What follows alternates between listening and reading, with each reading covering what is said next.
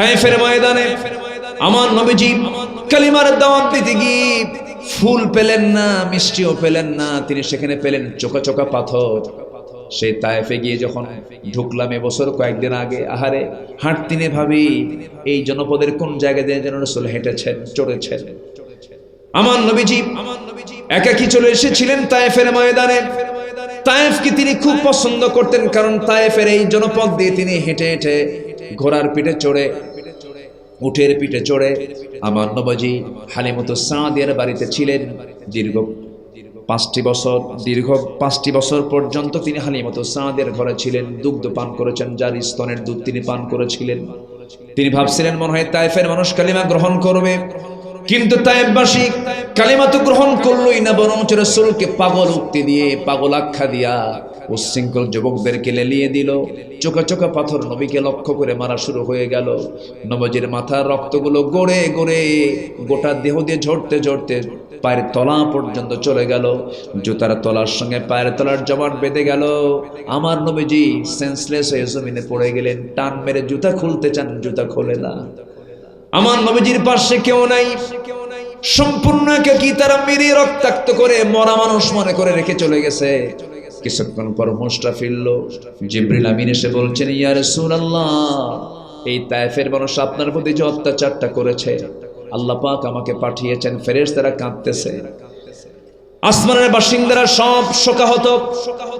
আপনি রাহমাতুল লিল আলামিন, আজকে আপনি এই তায়েফবাসীর জন্য যা বলবেন তাই হয়ে যাবে। আপনাদের জন্য আপনি লানত করুন। আমার নবীজি রক্তমাখা দেহ নিয়ে মুস্কি হাসি মেরে 3 দিনের না খাওয়া রাসূল মুস্কি হাসি মেরে বলছে, ভাই জিবরাইল, আমি মুসার মতো এমনটা দোয়া করব না, অন্য নবীর মতো এমন দোয়া করব না। এরা না বুঝে না জেনে আমার প্রতি অত্যাচার করেছে, জুলুম করেছে, এরা বুঝে নাই।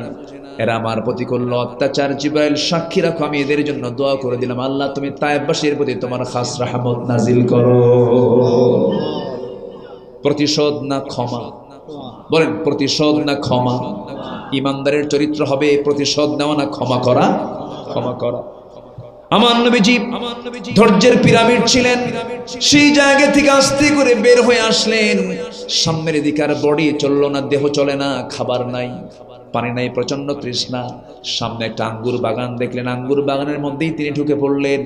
আর নিজেকে নিয়ন্ত্রণ করতে পারলেন না। 2 পা 2 হাত ছেড়ে দিলেন, চিত হয়ে পড়ে থাকলেন। দূর থেকে ওই আঙ্গুর বাগানের কেয়ারটেকার দূর থেকে দেখে রাসূলের সামনে চলে আসছে। রাসূলের সুন্দর চেহারার দিকে তাকায় সে আশ্চর্য হয়ে ভাবতেছে, জীবনে বহু চেহারা দেখেছি, এমন সুন্দর মানুষ তো জীবনে পাই নাই। নবীর চেহারার দিকে আকৃষ্ট হয়ে পড়ল। রক্তাক্ত অবস্থায় রাসূল পড়ে আছেন। দয়া মায়া হলো। ওই যুবকটা করলো কি, থোকা থোকা আঙ্গুর হাতে পেরে নিল। চুপে চেপে চেপে চেপে মোটে 1 গ্লাস আঙ্গুরের রস নবীর হাতে তুলে দিয়ে বলছে, যুবক, এই রসটুকু তুমি পান করো। এই গ্লাসের রস না পান করলে তুমি মরে যাবে, প্রচুর রক্তক্ষরণ হচ্ছে তোমার। আমার নবীজি একটা মুস্কি হাসি মারলেন, হাতে কাপা কাপা হাতে গ্লাসটা হাতের মধ্যে নিলেন, বিসমিল্লাহ বলে 3 ঢোকে পান করলেন। আলহামদুলিল্লাহ বলে আল্লাহর শুকরিয়া আদায় করে যুবকের দিকে তাকায় তিনি বলছেন, যুবক, তোমার নাম তো আদ্দাস। ওই জায়গায় এখনো ওই সাহাবীর নামে একটা মসজিদ আছে, এবং যে বাগান আমার রাসূল চিত হয়ে শুয়ে পড়েছেন কয়েকদিন আগে, সেই বাগানটাও জিয়ারা করে এসেছি। তিনি শুয়ে পড়েছিলেন, সেই বাগানটা এখনো সাক্ষী হয়ে আছে। আমার নবীজি যখন বললেন তোমার নাম তো আদ্দাস, যুবক বলতেছে, মনে মনে ভাবতেছে, কোনোদিন দেখা হলো না, কথা হলো না, কোনোদিন পরিচয় হলো না, আমার নামটা কেমনে করে জানলো? এবার বলতেছে, আমাকে তুমি চেনো কেমনে? রাসূল বলছেন, তোমার নাম তো আদ্দাস, নিনুয়া নামক তোমার গ্রামে তোমার জন্ম, আমার গ্রামের বাড়ির নাম তো নিনুয়া, তুমি জানলা কেমনে? এবার তিনি বলছেন, তুমি আদ্দাস যে নিনুয়া নামক গ্রামে জন্ম নিয়েছো, সেই গ্রামে জন্ম নিয়েছেন আল্লাহর পয়গম্বর ইউনূস আলাইহিস সালাতু ওয়াস সালাম। এবার আদ্দাস বলতেছে, আমার গ্রামে অমক নবীর জন্ম, এই তথ্য মক্কাবাসী তো জানার কথা নয়, তুমি কেমন করে জানলে বলো? আমার নবী এবার মুস্কি মুস্কি হাসি মেরে বলে, আদ্দাস রে, বুঝতে এখনো তুমি টের পাও না আমিটা কে? আমি হলাম সেই নবী। একজন নবীর কাছে তার একজন নবীর খবর থাকতেই পারে। জোরে কোন সুবহানাল্লাহ। আদ্দাসের দিল ঘুরে গেল। আদ্দাস আবেগ আপ্লুত হয়ে পড়ল। আদ্দাস খ্রিস্টান ছিল, খ্রিস্টানি কায়দায় দুইটা হাত নিয়ে নবীজির দুইটা পায়ের দিকে কদম বুচি করে তাকে সেজদা দিয়ে ধন্য করবে আদ্দাস। আমার নবীজির সেজদা গ্রহণ কখনো করেন নাই, কারণ সেজদা গ্রহণ করার জন্য একমাত্র হকদার তিনি কে? আমার দেশে ভণ্ড কিছু দুষ্ট শয়তান আছে না নাই? মুরিদ সেজদা দেয়, মুরিদ কি দেয়? সেজদা দেয়। কবর পূজা, ব্যক্তি পূজা করলে পরে ঈমান থাকবে না, যাবে, চলে যাবে। আমার নবীর মাকবারা দেখে আসলাম, কোনো ফুল, কোনো পুষ্পস্তবক নাই, কোনো সেজদার কোনো সুযোগ নাই। আমরা কোনো কবরবাসীর কাছে চাবো না, আল্লাহর কাছে চাবো। আমরা কার কাছে চাবো বলেন? সৃষ্টির কাছে না স্রষ্টার কাছে? সৃষ্টির কাছে না স্রষ্টার কাছে? স্রষ্টা। আমার স্রষ্টা কে? আল্লাহ পাক। আমার নবীজি সেজদা গ্রহণ করলেন না, চট করে তাকে ধরলেন, চট করে তাকে ধরে বুকের সঙ্গে বুক লাগায় দিলেন। এবার বলছেন, আদ্দাস তুমিও বান্দা আমিও বান্দা, তুমিও বান্দা আমিও বান্দা, তোমার দুটো চোখ আমার দুটো চোখ, তুমি আল্লাহর মাখলুক আমি আল্লাহর মাখলুক। শুধু পার্থক্য হলো আনা বাশারুম মিসলুকুম ইউহা ইলাইয়া আন্নামা ইলাহুকুম ইলাহুন ওয়াহিদ। আমার কাছে ওহী আসে, তোমার কাছে ওহী আসে না। বান্দা বান্দাকে সেজদা দিতে পারে না। আদ্দাসের বুঝতে দেরি হলো না। আদ্দাস মনে মনে চিন্তা করছে, এই লোকটা যে আল্লাহর নবী, কোনো সন্দেহ নাই। হাত আগায় দিয়ে বলছে, আমাকে পড়িয়ে দাও, আশহাদু আল্লা ইলাহা ইল্লাল্লাহু ওয়াহদাহু লা শারীকা লাহু ওয়া আশহাদু আন্না মুহাম্মাদান আবদুহু ওয়া রাসূলুহু। হেদায়েতের মালিক কে? আসতে বলুন, হেদায়েতের মালিক কে? খেজুর বাগানের, আঙ্গুর বাগানের একজন কেয়ারটেকার কালিমা পড়ে মুসলমান হয়ে যায়। আবার সেই পারস্য থেকে ফার্সি, সালমান ফার্সি পারস্য থেকে রসুলকে খুঁজে খুঁজে, মদিনার রসুলকে খুঁজে খুঁজে বের করে কালেমাওয়ালা হয়ে যায়। কিন্তু আমার নবীর ঘরের মানুষ আবু তালেবের কপালে, আবু লাহাবের কপালে, আবু জাহেলের কপালে ইসলাম জোটে না। হেদায়েতের মালিক কে? আসতে বলেন, হেদায়েতের মালিক কে? আল্লাহ পাক। এই জন্য আমার বন্ধুগণ, নামাজ আগে না ধৈর্য আগে? জোরে বলেন, জোরে বলেন, জোরে বলেন। ধৈর্যের সাথে নামাজ। ধৈর্যহীনের নামাজও হবে না। ধৈর্যহীন যে সে রুকু ভালো করে করবে না, সেজদা ভালো করে করবে না। এজন্য ধৈর্যটা আগে আনতে হবে। আল্লাহ রাব্বুল আলামিন বলেন, ওয়াস্তাঈনু বিস-সাবরি ওয়াস-সালাহ ইন্নাল্লাহা মা'আস-সাবিরিন। আল্লাহর কাছে তোমরা সাহায্য চাও, ধৈর্যের সাথে নামাজের মধ্য দিয়ে তোমরা আল্লাহর কাছে সাহায্য চাও। বেশ কয়েক বছর আগে রমজান, বেশ কয়েক বছর আগে মসজিদে নববীতে মদিনায় ফজরের নামাজ পড়তে গিয়েছি। আমার বাবা একসঙ্গে সফর ছিল সে বছর। আমি দেখলাম নামাজ শুরু করলাম, ফজরের নামাজ যখন শুরু হয়ে গেছে, 90 বছরের বুড়া মানুষ মসজিদে নববীতে ইমামতি শুরু করেছেন। 2 রাকাত নামাজ। ফজর কয় রাকাত? 2 রাকাত নামাজ পড়লাম। ইমামের পিছনে বয়ে বৃদ্ধ একজন ইমাম। নামাজ শেষ হলো, সময় লেগেছে 2 রাকাত নামাজ পড়তে 39 থেকে 40 মিনিট। ধৈর্যের দরকার আছে না নাই? আমার দেশের কোন মসজিদের ইমাম যদি ফজর নামাজ পড়তে নিয়ে যদি 40 মিনিট সময় লাগায়, বলেন তার নামাজ শেষ হওয়ার পরে কি হতে পারে? কি হতে পারে? বলেন কি হতে পারে? এমন তো হওয়ার কথা ছিল না। এই জন্য সব কাজে ধৈর্যের পরিচয় দিতে হবে। আল্লাহ পাক বান্দাকে সুন্দর করে ডাক দিচ্ছেন, ইয়া আইয়ুহান নাস বলে, হে মানব গোষ্ঠী, হে মানব সকল। ডাক দিয়ে বলছেন যে আমার কাছে সম্মানিত বান্দা কারা, আমার রহমত প্রাপ্ত বান্দা কারা, তোমরা একটু জেনে নাও। আল্লাহ রাব্বুল আলামিন সূরাতুল হুজুরাতের মধ্যে সুন্দর করে বলছেন। আল্লাহ রাব্বুল আলামিন বলেন, ইয়া আইয়ুহান নাস ইন্না খালাকনাকুম মিন যাকারিন ওয়া উনসা وجعلناكم شعوبا وقبائل لتعارفوا إن أكرمكم عند الله أتقاكم إن الله عليم خبير। জোরে বলুন আল্লাহু আকবার। হে মানব গোষ্ঠী, হে মানব সকল, আমি তোমাদেরকে সৃজন করেছি, সৃষ্টি করেছি এক নর এবং এক নারী থেকে। এক নর এবং এক নারী হচ্ছেন আমাদের আব্বা আম্মা আদম আর কে? আদম, হাওয়া। কয়জন? এর মধ্যে সিনিয়র কে? বলেন, সিনিয়রের দাম বেশি না জুনিয়রের দাম বেশি? 16 বছরের দেশ চালাইছে সিনিয়র না জুনিয়র? এই যে 16 বছর দেশ যে চালালো, সিনিয়র না জুনিয়র? জুনিয়র। জুনিয়র দেশ চালিয়েছে। চালাতে হবে কাদেরকে? কারণ নেতৃত্ব দেবে এমন কথা মনে হয় কোরআনে বাদ পড়েছে নাকি? আছে না নাই? আর রিজালু কাওয়ামুনা আলান নিসা, মেয়েদের পরিচালক হবে পুরুষরা। হজে যেতে নেতৃত্ব দেবে কে? মহিলা না পুরুষ? হজের সফরে কোনো মহিলা যদি একা রওনা দেয় হজ হবে? ওমরে যদি একা রওনা দেয় হজ হবে? হবে না।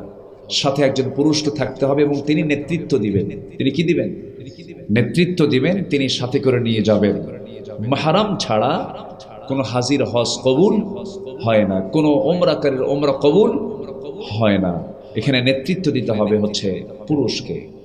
নামাজের ইমামতির দায়িত্ব পালন করার জন্য দায়িত্ব নিতে হবে নারীকে না পুরুষকে?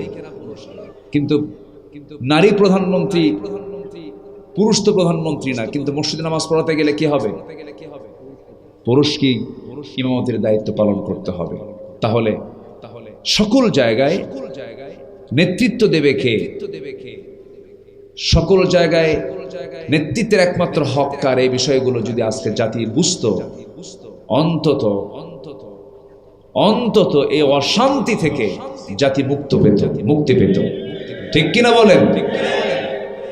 সম্মানিত ভাইয়েরা, তাহলে এর মানে আমি বুঝাচ্ছি না যে নারী জাতির মূল্য, নারী জাতির মর্যাদা নাই, তা নয়। আল্লাহ পাক যাকে যেভাবে রেখেছেন, টায়ারের দাম বেশি না টিউবের দাম বেশি? টিউবের দাম নাই, টিউব ছাড়া চলতে পারবে। হ্যাঁ, হয়তো বলবেন ওদের টিউবলেস চাকাও তো আছে, ওটা আসল উদাহরণ নয়। হাওয়ার জন্য টিউবও লাগবে, চলার জন্য টায়ারও লাগবে, দুটাই প্রয়োজন। নারী ছাড়া পুরুষ অচল, পুরুষ ছাড়া নারী অচল। পুরুষ যা পারবে নারী তা পারবে না, নারী যা পারবে পুরুষ তা পারবে না। পুরুষকে যদি দায়িত্ব দেওয়া হয়, 1.5 বছর শিশু, 1.5 বছরের বাচ্চাকে লালন পালনের দায়িত্ব যদি দেওয়া হয়, বলুন তো একটা পুরুষের পক্ষে কি 1.5 বছরের বাচ্চাকে লালন পালন করা সম্ভব? এক দুপুর না পার হতে কয়েকটা আসার খাবে, সম্ভব না। এটা আল্লাহ পাক নারীকে এই জাতীয় ধৈর্য দিয়ে দিয়েছেন। যার যে ডিপার্টমেন্ট, সেই ডিপার্টমেন্টই তাকে থাকতে হবে। সম্মানিত ভাইয়েরা, কথায় কথা বাড়ে। তাহলে এক নর এবং নারী থেকে সৃষ্টি করেছেন তিনি আমার কে? আসতে বলবেন না, তিনি আমার কে? আল্লাহ পাক। কিন্তু এক নর নারী থেকে সৃষ্টি করার পরেও পৃথিবীর সকল মানুষের ভাষা একরকম না ভিন্ন রকম? বলেন, একরকম না ভিন্ন রকম? ভিন্ন রকম। ভিন্ন রকম কেন করলেন? কি জন্য করলেন? وَجَعَلْنَاكُمْ شُعُوبًا وَقَبَائِلَ لِتَعَارَفُوا إِنَّ أَكْرَمَكُمْ عِندَ اللَّهِ أَتْقَاكُمْ। বিভিন্ন গোত্রে গোত্রে বিভিন্ন জাতিতে বিভক্ত করেছি যাতে তোমরা একে অপরকে চিনতে পারো। এই তো গত কয়েকদিন আগে, মাসখানেক হয় নাই, গোটা পৃথিবীর সবচেয়ে বড় বৃহৎ জনসংখ্যার একটা দেশে এত জনগণ পৃথিবী তার দ্বিতীয় কোনো দেশে নাই, গণচীন। চীনে গিয়েছিলাম, সেখানে গিয়েও দেখি এক গাবতলের এক ভাইয়ের সঙ্গে দেখা। আমারে দেখে জোরে ধরে বলে, হুজুর আমি আপনার খুব ভক্ত। বাড়ি কোথায়? গাবতলী। ওই গাবতলী কই আছে? এখানে আসছে আবার। আচ্ছা, সেই চীনে যাওয়ার পর প্রায় 150 কোটি মানুষ সে দেশে, বেশি হবে।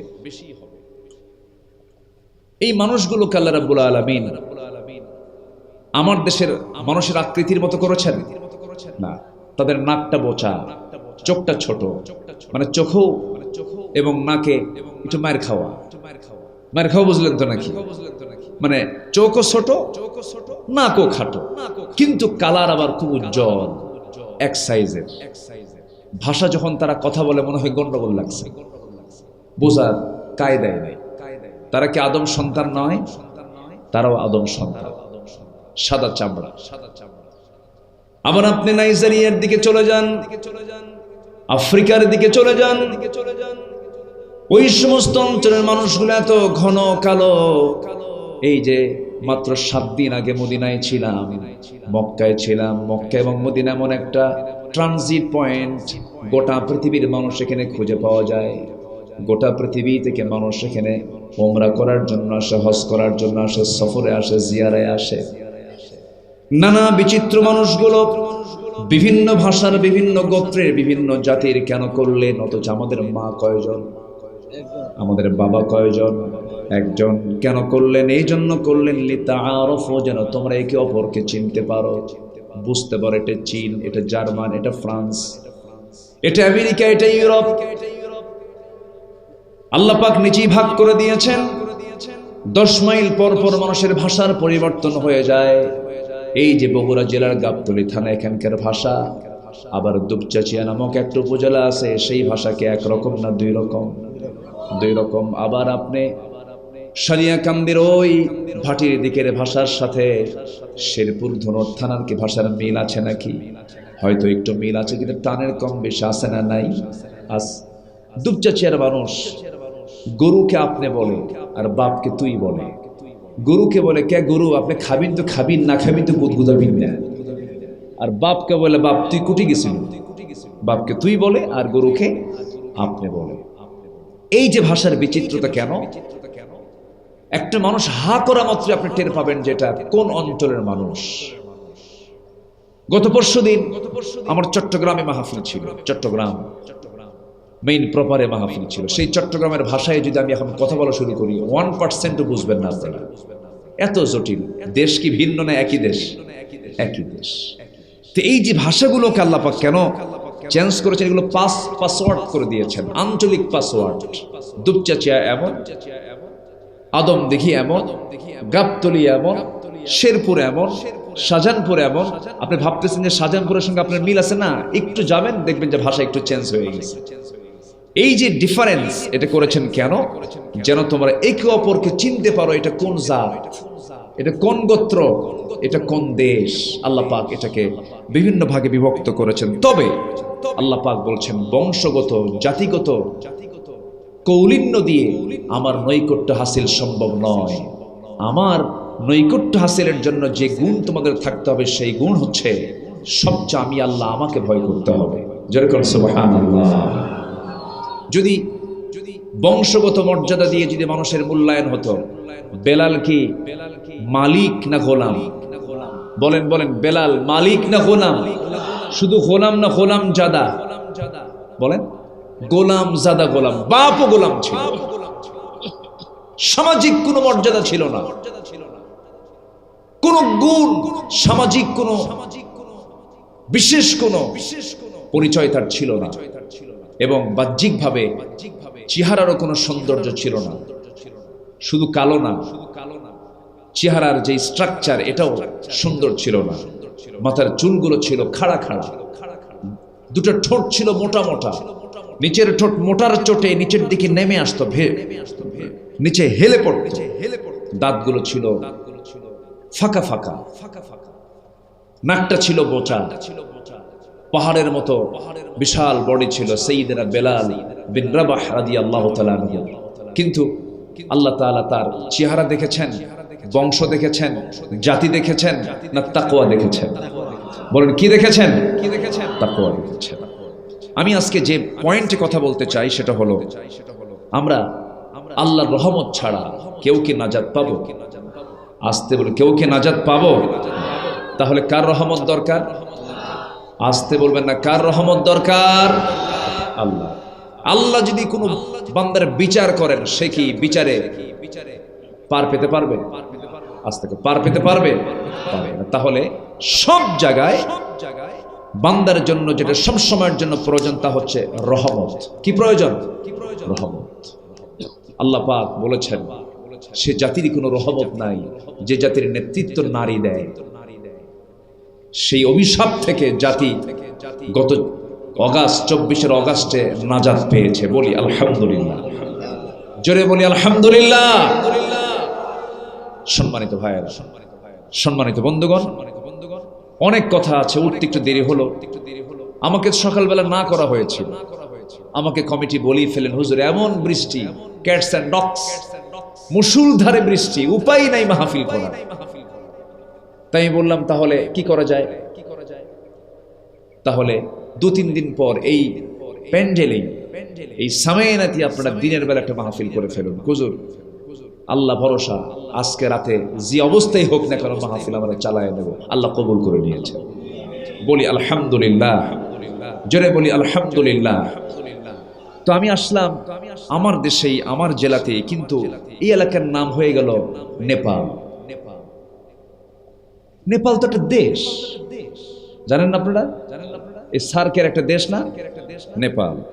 ভুটান, নেপাল, শ্রীলঙ্কা, এই তো ভারতের আশপাশে আমাদের মতো একটা নেপাল। আর এটা কি? নেপালের তলি। নেপালের, আচ্ছা ঠিক আছে, ইউনিয়ন কোনটা? ওই তো, এটাই তো নেপাল।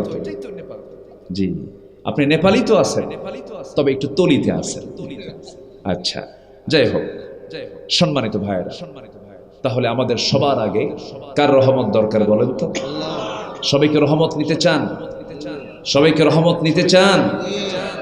আমার নবীজি শুধু মিরাজের রাত্রিতে তার দুটো পায়ের পদচারণা হয়েছিল একটা জনপদ দিয়ে। মসজিদে হারাম থেকে মসজিদে আকসা পর্যন্ত তিনি একটা ইসরা করেছেন, রাত্রি ভ্রমণ করেছিলেন। আল্লাহ পাক ওয়াবারাকনা হাওলাহু, যেদিক দিয়ে তিনি গিয়েছেন তার চতুর্পার্শ্ব দিয়ে আল্লাহ পাক রহমত দিয়ে ভরপুর করে দিয়েছেন। তাহলে রহমতের জন্য, আল্লাহর রহমত পাওয়ার জন্য একজন রহমতের মানুষ লাগবে, একজন রহমত প্রাপ্ত একজন বান্দার সহযোগিতা লাগবে, তাকে লাগবে। তিনি কে? মুহাম্মদুর রাসূলুল্লাহ। আমার আল্লাহর পরিচয়টা কি? যারা পারেন ঠোঁট মিলিয়ে আওয়াজ দিয়ে দিয়ে বলুন আলহামদুলিল্লাহি রাব্বিল আলামিন। আর আমার নবীর পরিচয় হলো ওয়ামা আরসালনাকা ইল্লা রাহমাতাল লিল আলামিন। জোরে বলুন আল্লাহু আকবার। আমার আল্লাহ হলেন গোটা বিশ্ববাসীর তিনি রব, গোটা বিশ্ব জগতের তিনি রব। আর আমার নবীকে আল্লাহ পাক গোটা বিশ্ব জগতের জন্য রহমত করে পাঠিয়েছেন। জোরে বলুন সুবহানাল্লাহ। আল্লাহর রহমত পাওয়ার জন্য রহমতের নবীকে ধরার দরকার আছে না নাই? আসতে বলে রহমতের নবীকে ধরার দরকার আছে না নাই? রাহমাতুল লিল আলামিনকে ধরার দরকার আছে না নাই? শুধু তিনি মক্কা মুকাররমা থেকে মসজিদুল আকসায় শুধু ইসরা করেছিলেন। সুবহানাল্লাযী আসরা বিআবদিহি লাইলাম মিনাল মাসজিদিল হারামি ইলাল মাসজিদিল আকসাল্লাযী বারাকনা হাওলাহু লিনুরিয়াহু মিন আয়াতিনা। জোরে বলুন আল্লাহু আকবার। শুধু ইসরা করার ফলাফল আল্লাহ রাব্বুল আলামিন আজকে গোটা পৃথিবীর মানুষ দেখতেছে। সবচেয়ে বেশি তেল কোন এলাকায় বেশি বলেন? ওই অঞ্চল দিয়ে, যে অঞ্চল দিয়ে রাসূল ইসরা করেছেন, যে দিকে রাসূল রাত্রি ভ্রমণ করেছেন, এত বরকত এত নিয়ামতে ধন্য করেছেন আমার রাসূলকে। সেই রাসূলকে আমরা পেয়েছি নবী হিসাবে। তাহলে আল্লাহর রহমত পাওয়ার জন্য রাহমাতুল লিল আলামিনের প্রতি মুহাব্বত থাকার দরকার আছে না নাই? আসতে বলবেন না, আছে না নাই? আচ্ছা, মাঝখান থেকে যাওয়ার লাইন কেন? কি ব্যাপার? এরা কারা?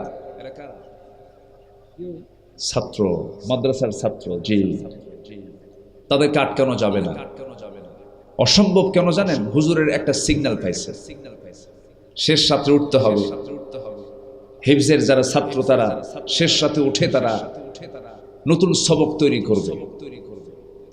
এর জন্য তাদের নির্দিষ্ট একটা টাইম মেইনটেইন করে চলতে হয়। আমি হাজারো বার আমি বলি না কেন, হুজুরের একটা চোখের ইশারায় যথেষ্ট। এই নেতৃত্ব, এই সম্মান, এই শ্রদ্ধা মাদ্রাসায় খুঁজে পাওয়া যায়। আর কলেজ ইউনিভার্সিটিতে মাঝে মাঝে দেখা যায় ছাত্র শিক্ষককে পিটায় কয় স্যার সাইজ হও, ঠিক কিনা বলেন? মাঝে মাঝে দেখেন না, কয়েকদিন আগে ডাকসুতে ইলেকশন হয়ে গেল। ডাকসুর ইলেকশনে একটা ইউনিভার্সিটির ভিসিকে টেবিল থাপড়ায়া বেয়াদবের মতো উক্তি করে তার সঙ্গে কথা বলছে। এটা আপনি কোনো মাদ্রাসায় পাবেন না। কেন পাবেন না? মাদ্রাসার যে শিক্ষাটা দেওয়া হয়, কোরআন সন্তানকে আদব ওয়ালা বানায়। জোরে বলে সুবহানাল্লাহ, জোরে বলেন সুবহানাল্লাহ। অথচ এই কোরআনের এই শিক্ষাটা প্রত্যেকটা শিক্ষাঙ্গনে যদি ঢুকিয়ে দেওয়া হতো, এই জাতি হয়ে যেত পৃথিবীর একটা শ্রেষ্ঠ জাতি, সভ্য জাতিতে রূপ নিত। তা না করে আমরা একটু দুঃখজনক হলেও সত্য একটু বলতে চাচ্ছি, আমরা পরাক্রান্ত হৃদয় নিয়ে বলতে চাই, নতুন একটি অভ্যন্তরীণ কি বলে অন্তর্বর্তীকালীন একটা সরকার নতুন করে আসলো, যেটাকে আমরা নাম দিয়েছিলাম বিপ্লবী সরকার। সেই সরকারের অধীনে একটি প্রজ্ঞাপন জারি করা হলো, 60,000 সঙ্গীতের শিক্ষক নিয়োগ দেওয়া হয়েছে। সঙ্গীতের শিক্ষক নিয়োগ দিয়ে তো জাতির চরিত্র ভালো করা যাবে না। শিক্ষক নিয়োগ করতে হবে, কোরআনের শিক্ষক নিয়োগ করতে হবে শিক্ষাঙ্গনে। এখান থেকে প্রমাণ হয় আমার দেশে এখনো সিপাই সুপাই বিভিন্ন জায়গায় নাস্তিক চক্র অবশ্যই আছে না নয়? সতর্ক থাকতে হবে, আমাদের পাহারা দিতে হবে। এই দেশকে সুন্দর করে আমরা সাজাতে চাই, কারো তৈরি করা বিধান দিয়ে নয়, আল্লাহর কালাম দিয়ে। জোরে বলি ইনশাআল্লাহ। দেখলাম তো মানুষের বিধান দিয়ে দেখলাম না, 54 বছরে দেখেছি। আইয়ুব করেছে শাসন, মুজিব দিয়েছে ভাষণ। এরশাদ কেটেছে খাল, নাকি জিয়া কেটেছে খাল, এরশাদ এর তো তাল বেতাল, সব দেখা শেষ। আগামীর দেশ আমরা দেখতে চাই কোরআন সুন্নাহর বাংলাদেশ। রাজি আছেন কারা কারা? হাত উঁচু করে দেখান মুসলমান।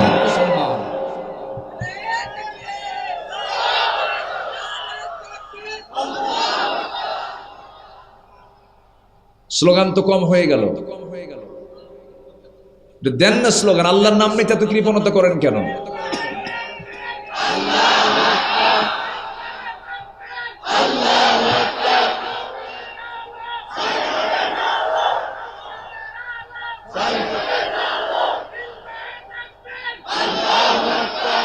সব সমস্যার সমাধান, সব সমস্যার সমাধান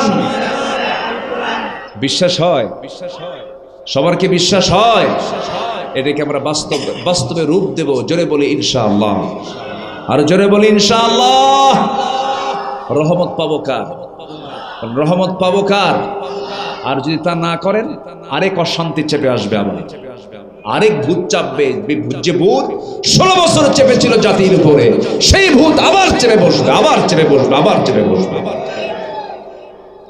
আমরা আল্লাহর সৃষ্টি, আমাকে আল্লাহ সৃষ্টি করেছেন, আমার দায়িত্ব হলো আল্লাহর আইনই আমার মেনে চলা। আস্তে কোন কেন? আস্তে কোন কেন? সবাই রাজি আছেন তো? রহমত নাজিল করবেন কে? বরকত দিয়ে ধন্য করবেন কে? শান্তি দিবেন কে? আল্লাহ পাক। তা যদি না করেন, আল্লাহ তাও বলছেন ইল্লা তানফিরু يعذبكم عذابا أليما ويستبدل قوما غيركم ولا تضروه شيئا। পালাবেন, অন্যদিকে যাবেন, অন্য কোন আইন কানুন মেনে চলবেন, এমন একটা জাতি তোমাদের উপরে চাপায়া দেব, তাদের কোনো ক্ষতি করতে পারবে না। অশান্তি আবার তোমাদের বহন করতে হবে, অশান্তির আগুনে দাও দাও করে জ্বলতে হবে। এই জন্য আমার বন্ধুগণ, আল্লাহ রাব্বুল আলামিন তার পেয়ারা হাবিবকে, তার রাসূলকে দুনিয়াতে কেন পাঠিয়েছেন? কোরআনকে প্রশ্ন করুন, কোরআন সুন্দর করে জবাব দিচ্ছে। হে রাসূল, আমি আপনাকে কেন পাঠালাম? দু জায়গায় আসছে এই কথাটা, একই কথা। যারা পারেন ঠোঁট মিলিয়ে বলুন, হুয়াল্লাযী আরসালা রাসূলাহু বিল হুদা ওয়া দীনিল হক লিয়ুযহিরাহু আলাদ-দীনি কুল্লিহি ওয়া কাফা বিল্লাহি শাহীদা ওয়ালাউ কারিহাল মুশরিকুন। জোরে বলুন আল্লাহু আকবার। হে রাসূল, আমি আপনাকে পাঠিয়েছি কি জন্য? যেন আপনি গোটা দুনিয়ার সমস্ত তৈরি করা মানব প্রচিত মতবাদ যত আছে, মানুষের তৈরি করা যত দিন আছে, সমস্ত দিনকে যেন আপনি পরাজিত করে সকল দিনের উপর আপনি আল্লাহর দিনকে যেন বুলন্দ করতে পারেন। এই জন্যই আমি আপনাকে দুনিয়াতে পাঠিয়েছি। জোরে বলুন সুবহানাল্লাহ। রাসূল নাগরিক থাকবেন আর আবু জেহেল দেশ চালাবে, এটা কি হয়? আস্তে কয়। আবু জেহেল রাষ্ট্র চালাবে আর রাসূল তার নাগরিক হয়ে থাকবেন, এটা কি মানায়?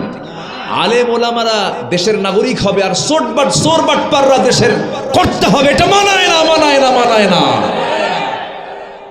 এটা মানায় না। রাসূল নাগরিক হয়ে থাকবেন আর আবু লাহাবরা দেশ চালাবে, এটা যেমন অসম্ভব, সমাজের জাতির গোটা পৃথিবীর শ্রেষ্ঠ সন্তান আলেম ওলামারা সাধারণ নাগরিক হয়ে থাকবে আর তাদের উপরে সোরবাট পাররা নেতৃত্ব দেবে, এটা মানানসই হতে পারে না। কষ্ট পাচ্ছেন মনে হয়? আলোচনা চালাই, জোরে বলি ইনশাআল্লাহ। তাহলে গাবতলি, নেপাল তলি, তলি আর ফুরালো না, গাবেরও তলি, নেপালেরও তলি। জি ঠিক আছে। তাহলে আমরা রহমত যদি আল্লাহর পেতে চাই, আমরা কোরআন থেকে আমরা কিছু উপায় বের করি, কিছু উপায় আমরা বের করি। এক নম্বর হচ্ছে আমরা তাকওয়া অবলম্বন করলে রহমত পাবো কার? রহমত পাবো কার? তো সেই উপায়গুলো মোটামুটি আমি কোরআন থেকে যতটুকু খুঁজে মুক্তা বের করার চেষ্টা করেছি। 15টা উপায়ে আমরা আল্লাহর রহমত পাবো। 15টা উপায়। কয়টা উপায় বলেন তো? 15টা উপায় আমি খুঁজে বের করে যতটুকু পারছি বলার চেষ্টা করছি। এর মধ্যে 1 নম্বর বলে ফেললাম, আমরা তাকওয়া অবলম্বন করব, কাউকে ভয় করব না। ভয় করতেই যদি হয়, ভয় করতেই হবে একমাত্র কাকে? আসতে বলবেন না, কাকে? আল্লাহকে। আল্লাহকে ভয় করতে হবে। আল্লাহর ভয় যার মধ্যে আছে, পৃথিবীর ভয় তাকে কখনো পরাজিত করতে পারবে না। এই হৃদয়ে একমাত্র মুহাব্বত, ভালোবাসা, ভয় একমাত্র সৃষ্টি করতে হবে কার? আল্লাহ পাক। আমার বন্ধুগণ, আমি কেন আল্লাহকে ছাড়বো না? আল্লাহ তো আমাকে কখনো ছাড়েন না, কখনো ছাড়বেনও না। এই পৃথিবীতে আমরা যত মহব্বত দেখি, যত সম্পর্ক দেখি, জন্মের সময় মার পেট থেকে জন্ম নিয়েছি, প্রথম পরিচয় হয়েছে মার সাথে। কার সাথে বলেন? মায়ের সাথে। সন্তান মা সম্পর্ক। ওই মার পেটে এসেছি যার ওরস থেকে, আমার জন্মদানকারী পিতা, তার সঙ্গে আমার সম্পর্ক হলো। সেই মার পেট থেকে আরেকটা সন্তান জন্মলো, সেটা আমার হলো ভাই অথবা বোন। ধীরে ধীরে বড় হতে লাগলাম। বড় হওয়ার পরে আবার নতুন সম্পর্ক তৈরির জন্য আল্লাহ বিধান দিলেন, বিয়েটা করা হলো। বিয়ের মধ্য দিয়ে আরেকটা মানুষ জীবন সঙ্গিনী হয়ে গেল, তার নাম হলো বউ। আবার সেই জায়গা থেকে আবার সন্তান চলে এলো, সম্পর্ক তৈরি হলো।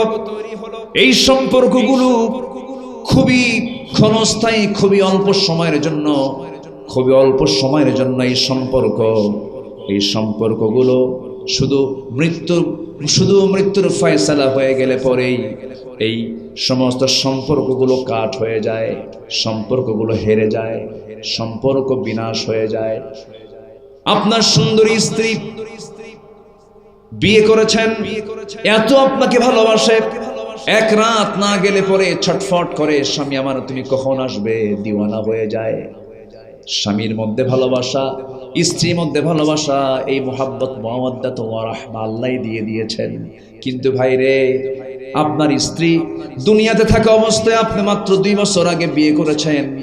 2 বছর পরে হঠাৎ করে নেপালতলি থেকে গাবতলি যাবেন, নেপালতলি থেকে গাবতলি যাবেন, হঠাৎ করে দেখা গেল হুন্ডা অ্যাক্সিডেন্ট করে আপনি খাদে পড়ে মারা গেলেন। মারা যাওয়ার সঙ্গে সঙ্গেই বাড়িতে নিউজ চলে এলো, যে স্ত্রী আপনার প্রাণ প্রিয়া, সেই স্ত্রীটা সেই দিনের জন্য মারাত্মক কান্নায় ভেঙে পড়লো, সেন্সলেস হয়ে গেল, গলা ভেঙে গেল, খাওয়া বন্ধ হলো। কিন্তু প্রথম দিনের যে কান্না, তৃতীয় দিনকে সেই কান্না থাকে নাকি? চতুর্থ দিন সেই কান্না থাকে নাকি? কান্না ধীরে ধীরে থেমে যায়। সপ্তম দিনে দেখা যাবে একটু হাসি মুখ থেকে বের হচ্ছে। 14 দিনে পুরোপুরি হাসি বের হচ্ছে। 1 মাস 2 মাস 3 মাস 4 মাস চলে গেল, সন্তান একটা হয়েছে আপনার, সন্তানটা এতিম হয়ে গেছে, কিন্তু শ্বশুর বাড়ির লোকজন সে আপনার সুন্দরী বউটাকে নিয়ে চলে গেল বাড়িতে। 6-7 মাস পর দেখা গেল ওই তোমার শ্বশুর শাশুড়ি, ওই আপনার শ্বশুর শাশুড়ি আপনার স্ত্রীকে অন্য জায়গায় বিয়ে শাদী দিয়ে দিল। আপনার সুন্দরী স্ত্রী, আপনার মহব্বতের স্ত্রী অন্যের ঘরের বউ হয়ে গেল। নতুন স্বামী পাওয়ার পরে ওই বউটাই পরের দিন তার আব্বা আম্মাকে ফোন দিয়ে বলবে, আব্বা ভালো সিদ্ধান্ত তোমরা নিয়েছো, কারণ আগের স্বামীর চাইতে এই স্বামীটা আমার আরো ভালো। এই পৃথিবীর মায়ের কোনো দাম নাই, মহব্বতের কোনো মূল্যায়ন নাই, সব শেষ হয়ে যাবে, সব মহব্বত মাইনাস হয়ে যাবে। একমাত্র যার মহব্বতটা সব সময় থেকে যাবে, যার ভালোবাসা সর্বক্ষণ থেকে যাবে, যিনি জন্মেও আছেন, মৃত্যুতেও আছেন, কবরেও আছেন, মিজানেও আছেন, পুলসিরাতেও আছেন, সব জায়গায় আছেন, তিনি আমার কে? আসতে বলবেন না, তিনি আমার কে? আল্লাহ তাআলা। আল্লাহ আমাকে কখনো বাদ দেবেন না। এখন একটা প্রশ্ন করব আপনাকে, বলুন তো আমি আল্লাহকে বেশি ভালোবাসি না আল্লাহ আমাকে বেশি ভালোবাসেন? অনেকে চুপ করে আছে, হুজুর একটু চিন্তা করে করুন, আমাকে বেশি ভালোবাসেন আমি না আল্লাহ? কে আমাকে বেশি ভালোবাসেন? অনেকে চিন্তা আছে, বউ তো আমাকে বেশি ভালোবাসেন না, মা আমাকে বেশি ভালোবাসেন না, পৃথিবীর কেউ না, আমাকে বেশি ভালোবাসেন যিনি, তিনি আমার। একটু চিল্লায় বলেন, তিনি আমার কে? মায়া করে সুন্দর দুটো চোখ দিয়েছেন, এই চোখ না থাকলে সুন্দরী বউ দেখতেন কেমনে? সুন্দরী বউয়ের জন্য আপনি পাগল, আপনি সুন্দর চেহারা দেখে পাগল হয়ে গেছেন, কিন্তু চোখই নাই। তাহলে ওই সুন্দরের জন্য আপনি পাগল হলেন, যেই অস্ত্র দিয়া, যে মাধ্যম দিয়ে, যে চোখ দিয়া, সেই চোখ বানালেন কে? সেই চোখওয়ালা যিনি চোখ দিয়েছেন তার প্রতি মহব্বত বেশি দরকার, না যা দেখছেন তার প্রতি মহব্বত বেশি দরকার? যিনি চোখ দিয়েছেন তার প্রতি মহব্বতটা বেশি থাকা দরকার। এই চোখ, শুধু দুটো চোখের যদি ব্যাখ্যা দিতে যায় বহু সময় লেগে যাবে। দেখেন কি করে আল্লাহ পাক আমাকে আপনাকে বানিয়েছেন, সুন্দর দুটো চোখ দিয়েছেন। মহান রব্বুল আলামিন আমার এই যে দুটো চোখ দিয়েছেন, বান্দাকে আবার প্রশ্ন করছেন, আলাম নাজআল লাহু আইনাইনি ওয়া লিসানান ওয়া শাফাতাইনি ওয়া হাদাইনাহু নাজদাইন। আল্লাহ বলছেন, বান্দা আমি তোমাকে টানা টানা দুইটা চক্ষু দিলাম, এই চোখের মধ্যে 1 কোটিরও বেশি রং দিয়েছেন। এই বান্দা এই চোখ দিয়ে কোটি কোটি কোটি রং সে দেখতে পারবে। এত রঙের বাহার মানুষের চোখের মধ্যে আল্লাহ রাব্বুল আলামিন দিয়েছেন, কিছু কিছু রং বান্দা এখনো দেখেই নাই, অনেক রং দেখা বাদ আছে। জোরে বলেন সুবহানাল্লাহ। প্রতি মিনিটে মানুষ গড়ে 15 থেকে 20 বার পলক ফেলে। এই পলক শুধু পড়েই না, বরং প্রতিটা বার পড়ার সময় অশ্রু থেকে লিকুইড ছড়িয়ে দেয় পুরো চোখে। এর ফলে চোখটা থাকে আর্দ্র, ধুলাবালি, ক্ষতিকর জীবাণুমুক্ত। পলক হলো চোখের প্রাকৃতিক ওয়াইফার, যা ঘুমের মধ্যেও চোখের সুরক্ষা নিশ্চিত করে। প্রতিদিন আমাদের চোখে গড়ে 1 মিলিলিটার অস্ত্র তৈরি করেন, তিনি আমার কে? এই অস্ত্র কিন্তু, এই পানি কিন্তু মিঠাও না, এই পানি কিন্তু তিতাও না, এই পানিটা হলো কি? লবণ। বলেন কি? বলেন কি? লবণ। চোখের পানি লবণ। আবার আপনি কানের মধ্যে দেখবেন পিচ্ছিল পিচ্ছিল ময়লা ময়লা বের হয়, এটা কি লবণ নাকি? মিষ্টিও না, লবণও না, এটা হচ্ছে তিতা। এটা কি? তিতা, তিক্ত করে আল্লাহ পাক কানের মধ্যে কি দিয়েছেন? ওটা কি বলে এলাকায়? হ্যাঁ, কানের ময়লা কি বলে এলাকায়? খোল। খোল, আচ্ছা, খোল মানে যে গরুকে যে খাবার খাওয়ায়, আচ্ছা ওই খোল না, এটা হচ্ছে আল্লাহ পাক কানের সুরক্ষার জন্য এই একটা উপাদান দিয়েছেন, যা তিক্ত। দেখবেন মুখে নিলে এটা তিতা তিতা লাগে। কেন? বান্দা ঘুমিয়ে পড়েছে, কোনো হুঁশ নেই, আল্লাহুম্মা বিসমিকা আমুতু ওয়া আহইয়া, ঘুমিয়ে পড়েছে। এখন কানের মধ্যে যদি কোনো পোকামাকড় ঢুকে যায়, তখন আপনি কি করবেন? এটা তো বের করা কঠিন হয়ে যাবে। এজন্য কোনো পিঁপড়া, কোনো পোকামাকড় যদি ঢুকতে নেই, ঢোকা মাত্রই যখন ওই তিক্ত খোল যখন তার চোখে মুখে লেগে যায়, আর থাকতে পারে না, সে আপনি বের হয়ে চলে আসে। সুবহানাল্লাহ বলা যাবে না মনে হয়। আর যদি গুড়ের মতো মিষ্টি হতো, বলেন তাহলে কি হতো? যত পিঁপড়া আছে, সব পিঁপড়া ঘুমের পরে কোথায় গিয়ে জমা হতো? তাহলে মিষ্টি আছে যেখানে পিঁপড়া আছে সেখানে। তাহলে কানের যে উপাদান এটা দিয়েছেন মিষ্টি না তিতা, যেন কেউ না ঢুকতে পারে। আবার চোখের পানি কি করেছেন বলেন, মিষ্টি না লবণ? লবণ। মিষ্টি হলে সমস্যা হতো, মিষ্টি হলে পরে আইস হয়ে যেত। আপনি হয়তো তাপমাত্রা আন্ডার 20, আমার দেশে যেমন তাপমাত্রা আছে, কিছু কিছু দেশে আন্ডার কোনো তাপমাত্রাই নাই, -20 -11 এই সমস্ত এলাকায় যখন আপনি যেতেন, চোখের পানি যদি লবণ না হয়ে যদি মিষ্টি হতো, ফ্রিজ হয়ে যেত, বরফ হয়ে চোখটা ফিক্সড হতো, এদিকেও তাকাতেন না ওইদিকেও তাকাতেন, খালি এরকম করে তাকাতেন, বেকায়দা হয়ে যেত। আল্লাহ রাব্বুল আলামিন এই চোখের পানিকে লবণ করে দিয়েছেন, আবার পেছনে মেশিন সেট করে দিয়েছেন, লবণ দিয়েছেন। কেন লবণ এই জন্য দিয়েছেন? বান্দারে যে কোনো জীবাণু ধ্বংস করার জন্য লবণের চাইতে শ্রেষ্ঠ উপাদান মলম এই দুনিয়া তার দ্বিতীয়টা নাই। যেরকম সুবহানাল্লাহ, আরো যেরকম সুবহানাল্লাহ। এই অস্ত্রের মধ্যে থাকে হলো লাইসোজাইম নামের এক প্রাকৃতিক অ্যান্টিবায়োটিক, যা চোখকে ব্যাকটেরিয়ার আক্রমণ থেকে রক্ষা করে। যখন হৃদয় বেদনায় ভারাক্রান্ত হয়, আত্মা যখন আল্লাহর ভয় ভালোবাসায় কাঁপে, তখন সেই অস্ত্র গড়ে গালের উপর দিয়ে বান্দা কাঁদতে থাকে। এই অস্ত্র আবার চোখের বাইরের অংশে পুষ্টি অক্সিজেন সরবরাহ করে, কারণ কর্নিয়াতে রক্তনালী থাকে না, তাই চোখের জল চোখকে রক্ষা করে, শুকিয়ে যাওয়া ক্ষয় ব্যাকটেরিয়া সংক্রমণ থেকে রক্ষা করে। আল্লাহ রাব্বুল আলামিন এত সুন্দর করে চোখ বানিয়েছেন, বান্দা এই দুটা চোখ দিয়ে তুই আমার সৃষ্টি দেখবি আর মুখ দিয়ে বলবি আলহামদুলিল্লাহি রাব্বিল আলামিন। সবাই বলেন আলহামদুলিল্লাহি রাব্বিল আলামিন। আল্লাহু আকবার বলেন। তাহলে আমাকে ভুলেন না যিনি, কখনো ভুলবেন না যিনি, তিনি আমার কে? আসতে বলবেন না, তিনি আমার কে? আল্লাহ। তাহলে আমরা কি আল্লাহকে ভুলতে পারি? আমরা কি আল্লাহকে ভুলতে পারি? আল্লাহকে ভোলা যাবে? যে আল্লাহকে ভুলে যায় তার চেয়ে পোড়া কপাল আর কেউ আছে? কেউ নাই। আল্লাহ আমাকে কি দেননি? সব দিয়ে দিয়েছেন, কোনো কিছু অপূর্ণ তিনি রাখেন নাই। মাথা থেকে পা পর্যন্ত আপনি যা কিছু দেখেন না কেন, সব আল্লাহ আমার আপনার নিয়ামত দিয়ে ভরিয়ে দিয়েছেন। আমাকে আপনাকে যে সৃষ্টি করেছেন মহান রব, মার পেটের মধ্যে রেখে দিয়েছেন 10টা মাস। পৃথিবীর কোনো জিনিস আবিষ্কার হয় না, সৃষ্টি হয় না আলো ছাড়া। যে কোনো ফ্যাক্টরি চলতে হলে পর্যাপ্ত আলোর প্রয়োজন হয়, কিন্তু আমার মা, আমার আল্লাহ তাআলা আমাকে এমন জায়গায় পয়দা করেছেন, আমার মার পেটের মধ্যে রেখেছেন। আমার মার পেটের মধ্যে ভিতরকার অংশটুকু অন্ধকার না আলো? হ্যাঁ, ভিতরটা কি বলেন? মার পেটটা কি আলো না অন্ধকার? অন্ধকার। সে অন্ধকার কুটকুটি অন্ধকার, নিকষ কালো ঘন অন্ধকার। মার পেটের মধ্যে মহান রব্বুল আলামিন এক ফোঁটা আল্লাহ তাআলা পানিকে সক্রিয় করলেন, ঝুলন্ত করলেন, আলাক করলেন, মুদগা করলেন, সুন্দর করে চামড়ার প্যাকেট দিয়ে গোশত বানালেন, হার্ট দিয়ে সেট আপ করলেন, বডি স্ট্রাকচার তৈরি করলেন।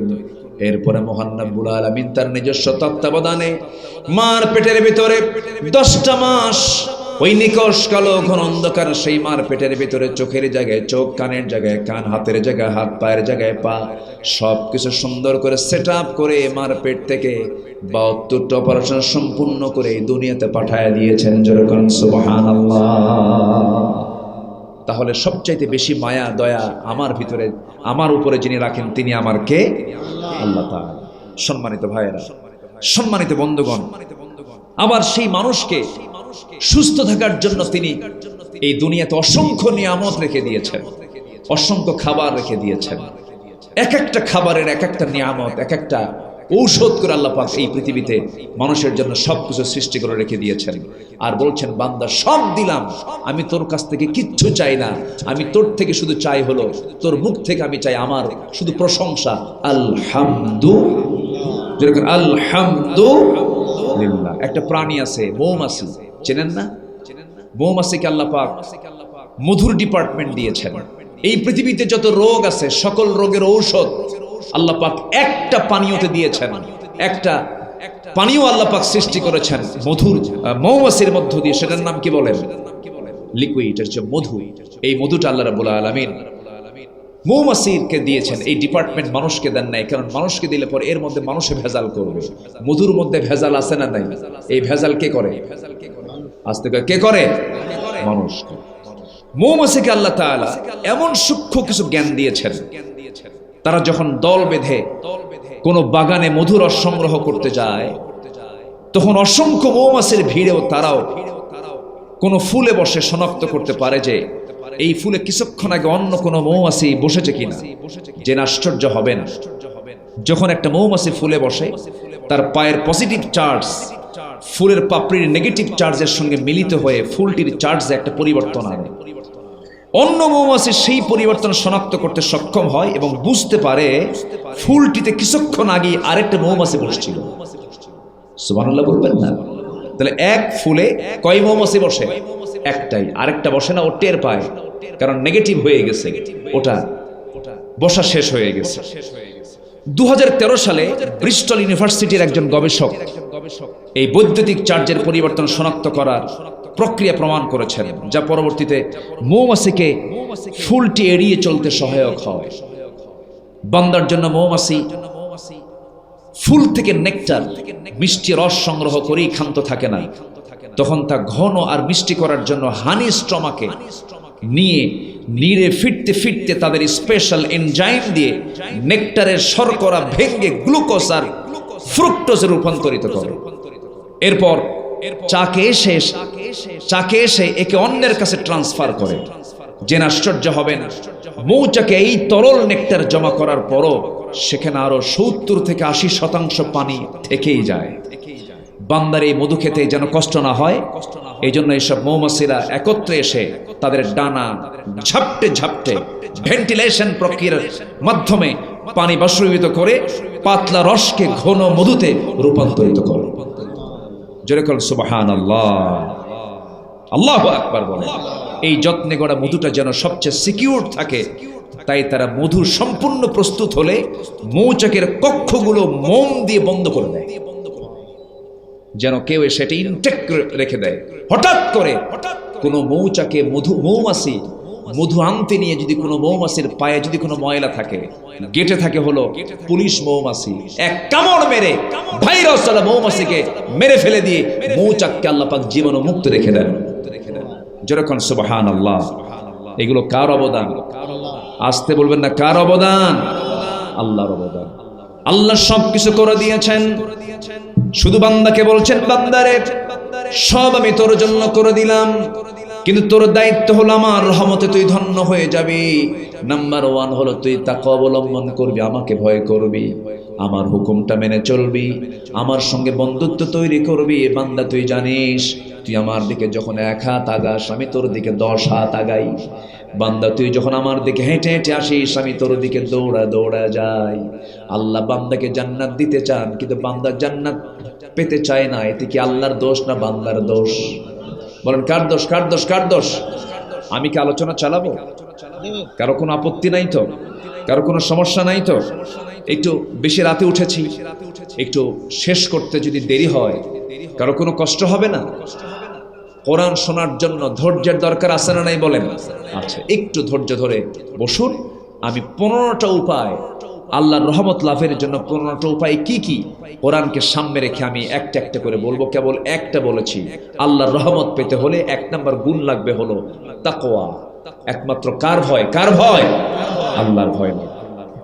নাম্বার 2 হলো ধৈর্য ধারণ করা। ধৈর্য ধরতে হবে। ধৈর্য ছাড়া পৃথিবীতেও কোনো কিছু অর্জন করা যায় না। ব্যবসা করা আগে দরকার না ধৈর্য ধরা আগে দরকার? আগে ব্যবসা না আগে ধৈর্য? আগে বিয়া না আগে ধৈর্য? বলেন বলেন বলেন, আগে বিয়া করা না আগে ধৈর্য ধরা? ধৈর্য। যার ধৈর্য নাই তার বউ থাকে? বউ থাকে না। সকাল বিকাল তা লাগবে। এক মহিলা আমারে ফোন দিয়েছে সেদিন, ফোন দিয়ে কয়, হুজুর আমার স্বামী আমার সকালেও তালাক দেয়, বিকেলেও তালাক দেয়, আমি কি আসি না? কি কথা কি বুঝতেছে? বউ আমার সকালেও তালাক দেয়, কি স্বামী আমার সকালেও তালাক দেয়, বিকেলেও তালাক দেয়, আমি কি আসি না? নাই। মেজাজের ভারসাম্যহীন লোক কখনো ইমানদার হতে পারে না। আল্লাহওয়ালা হতে পারে না। ধৈর্যহীনতার সাথে ঈমানের কোনো সম্পর্ক নাই। ধৈর্য একটা বিশাল গুণ, ধৈর্য একটা যোগ্যতা। এই যে বসে আছেন, কি লাগতেছে, কি দরকার, কি দরকার? আবার কিছু কিছু লোক আছে, উঠবো কখন, যাবো কখন, ছটফটে ভাব। মসজিদের ইমাম যদি একটু সূরা লম্বা করে, পিছন থেকে খিটখিট করে, এ আছে না নাই বলেন তো?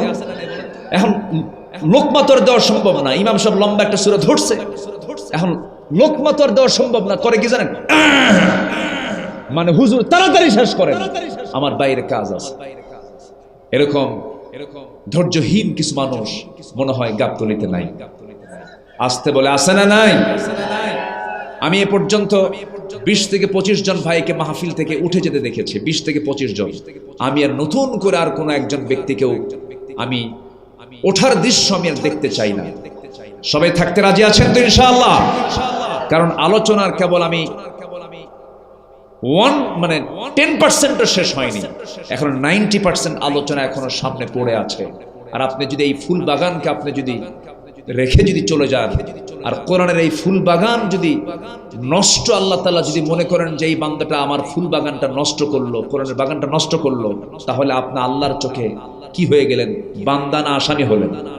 অতএব আমরা কি আসামি হতে চাই? থাকেন, কোরআনের মাহফিলকে আমরা সফল করি। এই ফুল বাগানের ফুল হচ্ছেন আপনারা, যদি একটা কমে যান বাগানের সৌন্দর্য নষ্ট হয়ে যাবে।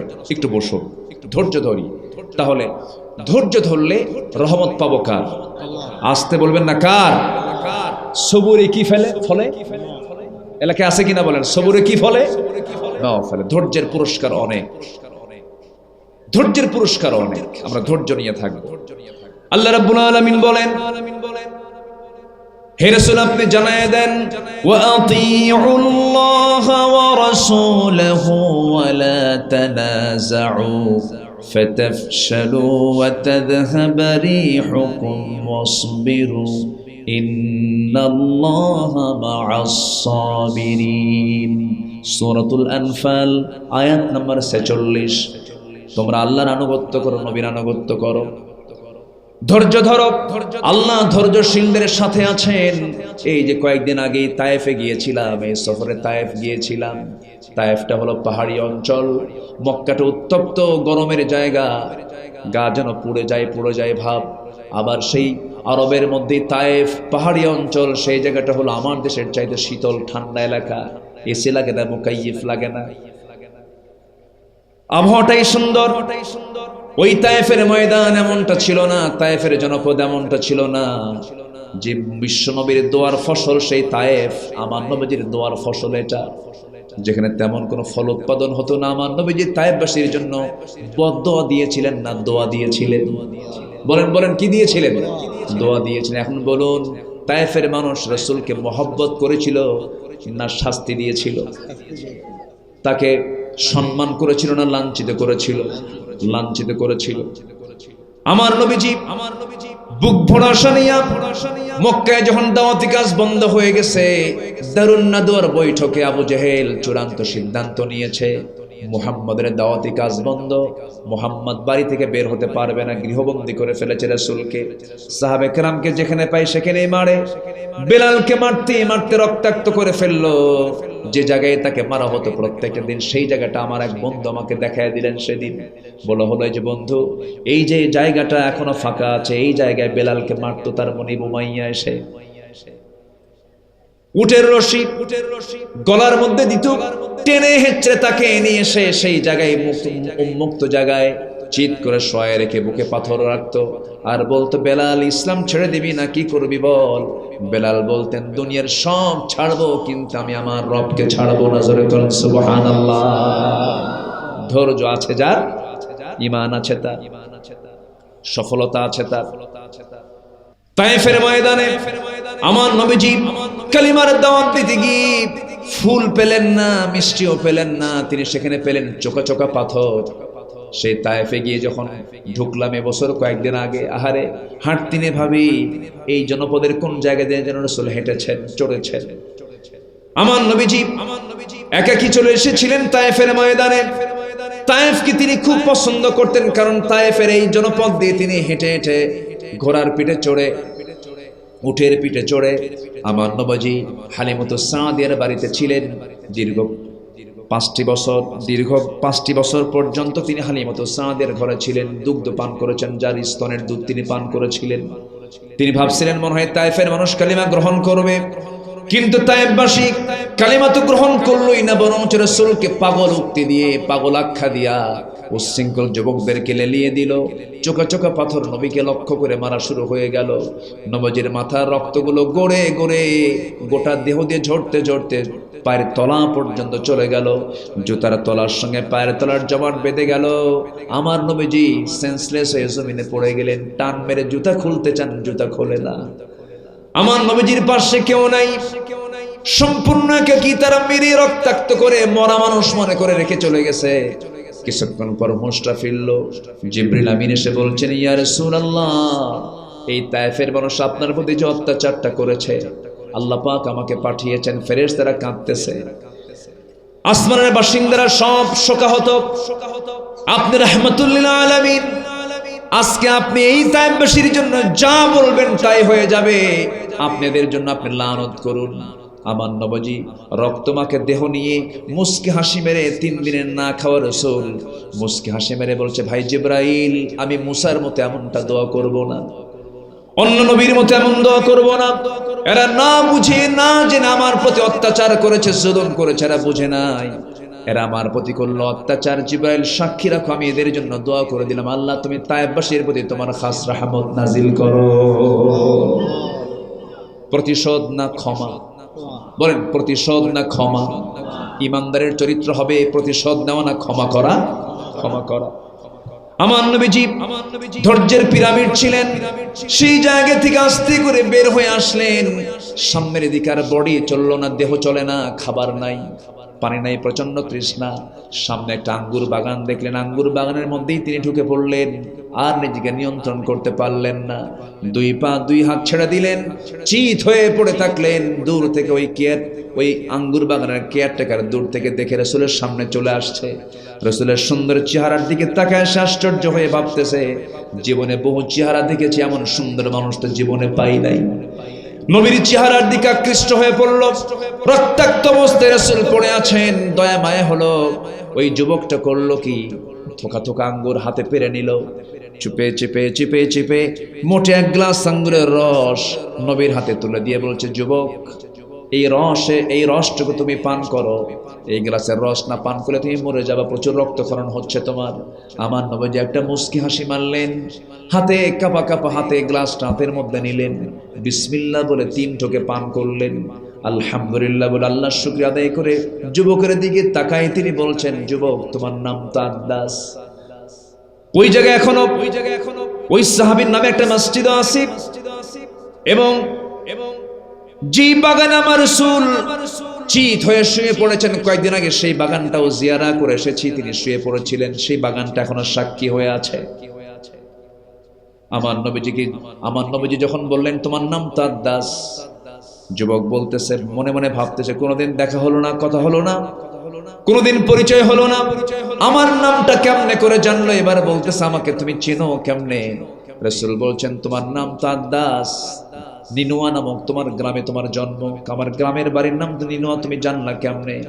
এবার তিনি বলছেন, তুমি আদ্দাস যে নিনুয়া নামক গ্রামে জন্ম নিয়েছো, সেই গ্রামে জন্ম নিয়েছেন আল্লাহর পয়গম্বর ইউনূস আলাইহিস সালাতু ওয়াস সালাম।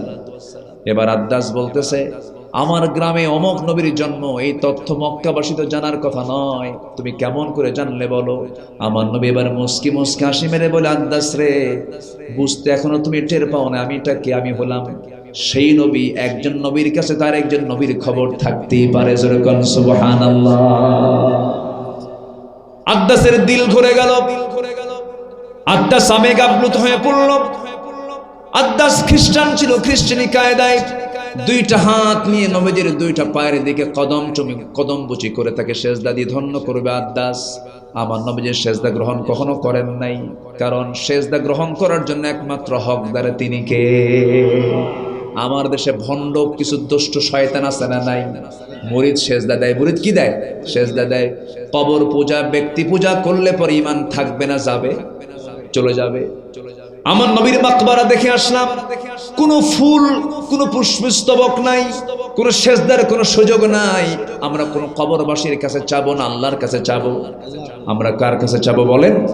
সৃষ্টির কাছে না স্রষ্টার কাছে? সৃষ্টির কাছে না স্রষ্টার কাছে? স্রষ্টা। আমার স্রষ্টা কে? আল্লাহ পাক। আমার নবীজি সেজদা গ্রহণ করলেন না, চট করে তাকে ধরলেন, চট করে তাকে ধরে বুকের সঙ্গে বুক লাগায় দিলেন।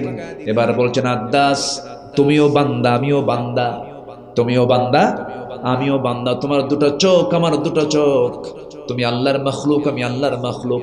শুধু পার্থক্য হলো আনা বাশারুম মিসলুকুম ইউহা ইলাইয়া আন্নামা ইলাহুকুম ইলাহু ওয়াহিদ। আমার কাছে ওহী আসে, তোমার কাছে ওহী আসে না। বান্দা বান্দাকে সেজদা দিতে পারে না। আদ্দাসের বুঝতে দেরি হলো না। আদ্দাস মনে মনে চিন্তা করছে, এই লোকটা যে আল্লাহর নবী, কোনো সন্দেহ নাই। হাত আগায় দিয়ে বলছে, আমাকে পড়িয়ে দাও, আশহাদু আল্লা ইলাহা ইল্লাল্লাহু ওয়াহদাহু লা শারীকা লাহু ওয়া আশহাদু আন্না মুহাম্মাদান আবদুহু ওয়া রাসূলুহু। হেদায়েতের মালিক কে? আসতে বলুন, হেদায়েতের মালিক কে? খেজুর বাগানের, আঙ্গুর বাগানের একজন কেয়ারটেকার কালেমা পড়ে মুসলমান হয়ে যায়।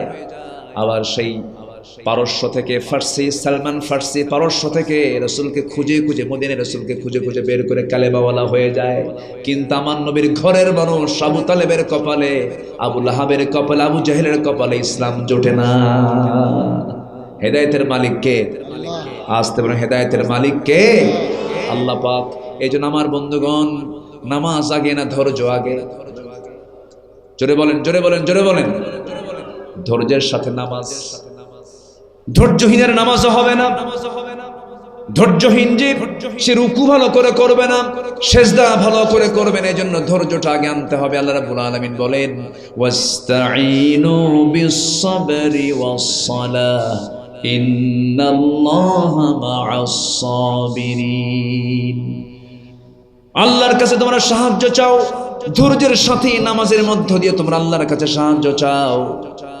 বেশ কয়েক বছর আগে রমজান, বেশ কয়েক বছর আগে মসজিদে নববীতে মদিনায় ফজরের নামাজ পড়তে গিয়েছি। আমার বাবা একসঙ্গে সফর ছিল সে বছর। আমি দেখলাম নামাজ শুরু করলাম, ফজরের নামাজ যখন শুরু হয়ে গেছে, 90 বছরের বুড়া মানুষ মসজিদে নববীতে ইমামতি শুরু করেছেন। 2 রাকাত নামাজ। ফজর কয় রাকাত? 2 রাকাত নামাজ পড়লাম ইমামের পিছনে, বয়ে বৃদ্ধ একজন ইমাম। নামাজ শেষ হলো, সময় লেগেছে 2 রাকাত নামাজ পড়তে 39 থেকে 40 মিনিট। ধৈর্যের দরকার আছে না নাই? আমার দেশের কোন মসজিদের ইমাম যদি ফজর নামাজ পড়তে নিয়ে যদি 40 মিনিট সময় লাগায়, বলেন তার নামাজ শেষ হওয়ার পরে কি হতে পারে? কি হতে পারে বলেন, কি হতে পারে? এমন তো হওয়ার কথা ছিল না। এই জন্য সব কাজই ধৈর্যের পরিচয় দিতে হবে। সকাল বিকেল তালাক দেওয়া কিছু পুরুষ আছে না নাই বলেন? আছে। ধৈর্য নাই, রাগ করে তালাক দেয়। সে তালাক 1 বার 2 বার 3 বার দেয় না, 100 বার তালাক, সেঞ্চুরি মারে। এরকমও আছে। দিলাম তালাক, 1 তালাক 2 তালাক 3 তালাক, তোর মায়ের শুদ্ধ তালাক, শাশুড়িও তালাক খায়। এত রাগের রাগ আছে না নাই? আছে না নাই বলেন তো, আছে না নাই? আচ্ছা না, আমরা ধৈর্যের পিরামিড হব, ধৈর্যশীল হব। জোরে বলি ইনশাআল্লাহ। প্রত্যেকটা জায়গায় ধৈর্যের পরিচয় দিতে হবে। আল্লাহ পাক কবুল করুন। তাহলে রহমত পাবো কার? আসতে বলেন, রহমত পাবো কার? ব্যবসায় সফলতা দিবেন কে? চাকরিতে সফলতা দিবেন কে? ইবাদতের পুরস্কার দিবেন কে? কি কাজ করতে হবে? ধৈর্য ধরতে হবে। তাহলে 2টা চলে গেল, আরো আছে কয়টা? বলেন কয়টা? কয়টা বলেন? রহমত লাভের উপায় হলো 15টা, কোরআনে উল্লেখিত। মোটামুটি ভাবে 2টা শেষ করলাম, আরো আছে 13টা। নাম্বার 3 হচ্ছে ইবাদতে মনোযোগী হওয়া, ইবাদতে মনোনিবেশ দেওয়া। ইবাদতের ক্ষেত্রে কখনো মানে হালকা হৃদয় নিয়ে, অন্য কোনো চিন্তা মাথায় নিয়ে ইবাদতে নিজেকে মশগুল করা নয়। ইবাদত করতে হলে কমপ্লিটলি একাগ্রচিত্ততা নিয়ে ইবাদতে নিজেকে প্রস্তুত করা। আল্লাহ পাক সেই বান্দাকে সোজা জান্নাত দিয়ে দিবেন। জোরে বলেন সুবহানাল্লাহ। অর্থাৎ ইখলাস, নিজের ভিতরে ইস্তেকামাত করা। আল্লাহ রাব্বুল আলামিন বলেন ওয়ামা উমিরু ইল্লা লিয়াবুদুল্লাহা মুখলিসিনা লাহুদ-দ্বীন হুনাফাআ ওয়া ইউকিমুস সালাতা ওয়া ইউতুস যাকাতা ওয়া যালিকা দীনুল কাইয়্যিমাহ। সূরাতুল বাইয়িনাত আয়াত নাম্বার 5। আমার বন্ধুগণ, মনোনিবেশ দিতে হবে, ইখলাস থাকতে হবে। ইখলাস ছাড়া কোনো কিছু কবুল হবে না। আপনি কি জানেন বহু শহীদ হাসরের ময়দানে ধরা খেয়ে যাবে, বহু আলেম ধরা খেয়ে যাবে, বহু দানবীর ধরা খেয়ে যাবে, জাহান্নামে চলে যাবে।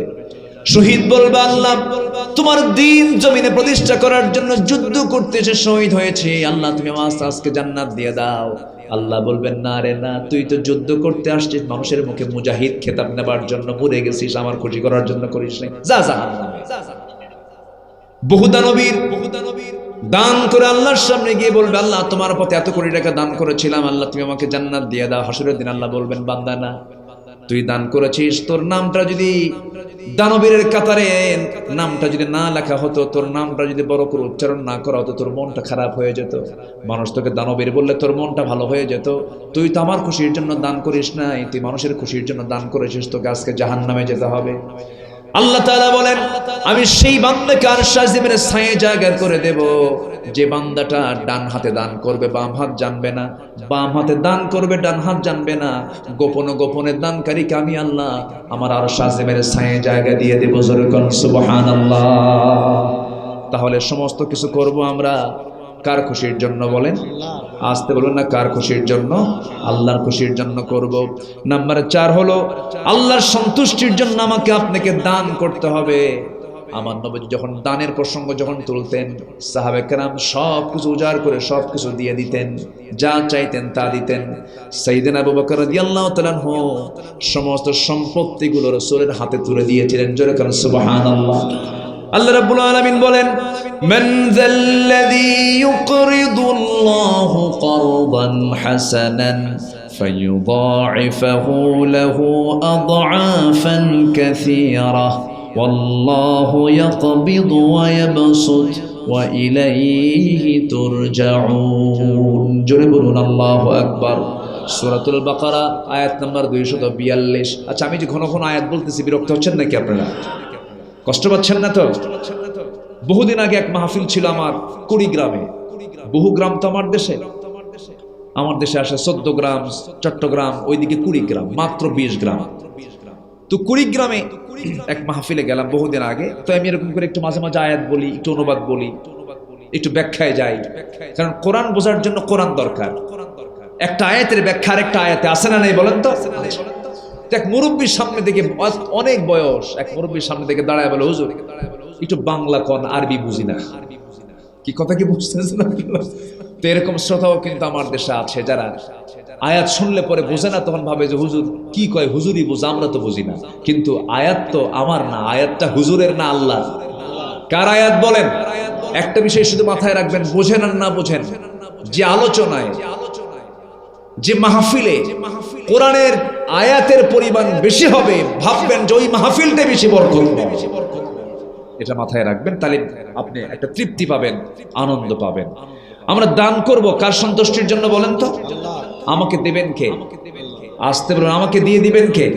আমাকে আল্লাহ কি, আমি আল্লাহকে দিলে আল্লাহ আমাকে কম দিবেন না বেশি দিবেন? ডাবল ডাবল দিয়ে দিবেন, ডাবল ডাবল দিয়ে দিবেন। আল্লাহ পাক কেমন জান্নাত রেখে দিয়েছেন, সর্বনিম্ন জান্নাত হবে 10টা পৃথিবীর মতো একটা জান্নাত। জান্নাত মনে হয় ছোট হয়ে গেছে। 10টা পৃথিবীর মতো একটা জান্নাত পাবেন, 10টা পৃথিবীর মতো। জোরে বলেন না ভাই সুবহানাল্লাহ, আর জোরে বলেন সুবহানাল্লাহ। এই জান্নাত কে রেখে দিয়েছেন? আল্লাহ রেখে দিয়েছেন। নাম্বার 5 হলো আল্লাহর স্মরণে লিপ্ত থাকা, দিলটা সর্বক্ষণ আল্লাহর দিলের জন্য আল্লাহর দিকে রুজু করা, সর্বক্ষণ আমার জিহ্বাকে আল্লাহর জিকির দিয়ে ভিজে রাখা, সিক্ত রাখা। যখন আমি উঁচু জায়গায় যাব সুবহানাল্লাহ বলবো, আল্লাহু আকবার বলবো। যখন কোনো ভালো কিছু পেয়ে যাব আলহামদুলিল্লাহ বলে ফেলবো। আল্লাহর নামটা 1 সেকেন্ডের জন্য আমার জিহ্বা থেকে যেন মাইনাস না হয়। যতটুকু মাইনাস থাকবে সেটাই আমার জন্য লস। আল্লাহর স্মরণকে আমার আপনার জন্য জরুরি করে নেওয়া। আপনি কি জানেন আমি আল্লাহকে স্মরণ করব, আল্লাহ আমাকে স্মরণ করবেন। ফাযকুরুনি আযকুরুকুম ওয়াশকুরুলি ওয়ালা তাকফুরুন। আল্লাযীনা ইয়াযকুরুনাল্লাহা কিয়ামান ওয়া কুউদান ওয়া আলা জুনুবিহিম ويتفكرون في خلق السماوات والأرض ربنا ما خلقت هذا باطلا سبحانك فقنا عذاب النار। রাত যখন গভীর হয়ে যাবে সব বান্দা, নরমাল বান্দাগুলো ঘুমের সাগরে হাবুডুবু খাবে, কিন্তু স্পেশাল বান্দা যারা শেষ রাতে ঘুমাবে না জেগে থাকবে? বলেন বলেন, ঘুমাবে না জেগে থাকবে? নরমাল বান্দার জন্য 5 ওয়াক্ত নামাজ, স্পেশাল বান্দার জন্য 6 ওয়াক্ত নামাজ। কয় ওয়াক্ত নামাজ বলেন? নরমাল বান্দারা 5 ওয়াক্ত নামাজ পড়বে, আর স্পেশাল বান্দারা কয় ওয়াক্ত নামাজ পড়বে বলেন? 6 ওয়াক্ত। শুরু হবে তাহাজ্জুদ দিয়ে। শুরু হবে কি দিয়া বলেন? তাহাজ্জুদ দিয়া।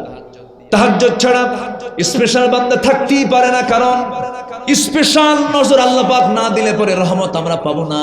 আল্লাহ পাকের স্পেশাল নজরের জন্য স্পেশাল কিছু কাজ করার দরকার আছে না নাই? সবাই তো 5 ওয়াক্ত নামাজ পড়বেই, কিন্তু স্পেশাল বান্দারা স্পেশাল কিছু ইবাদত করবে। এর মধ্যে শ্রেষ্ঠ স্পেশাল ইবাদত হলো তাহাজ্জুদের নামাজ। আমার নবীর জীবনে তাহাজ্জুদ পর্যন্ত কাজা হয় নাই। ওয়া মিনাল লাইলি ফাতাহাজ্জাদ বিহি নাফিলাতাল লাক আসা আন ইয়াবআসাকা রাব্বুকা মাকামান মাহমুদা।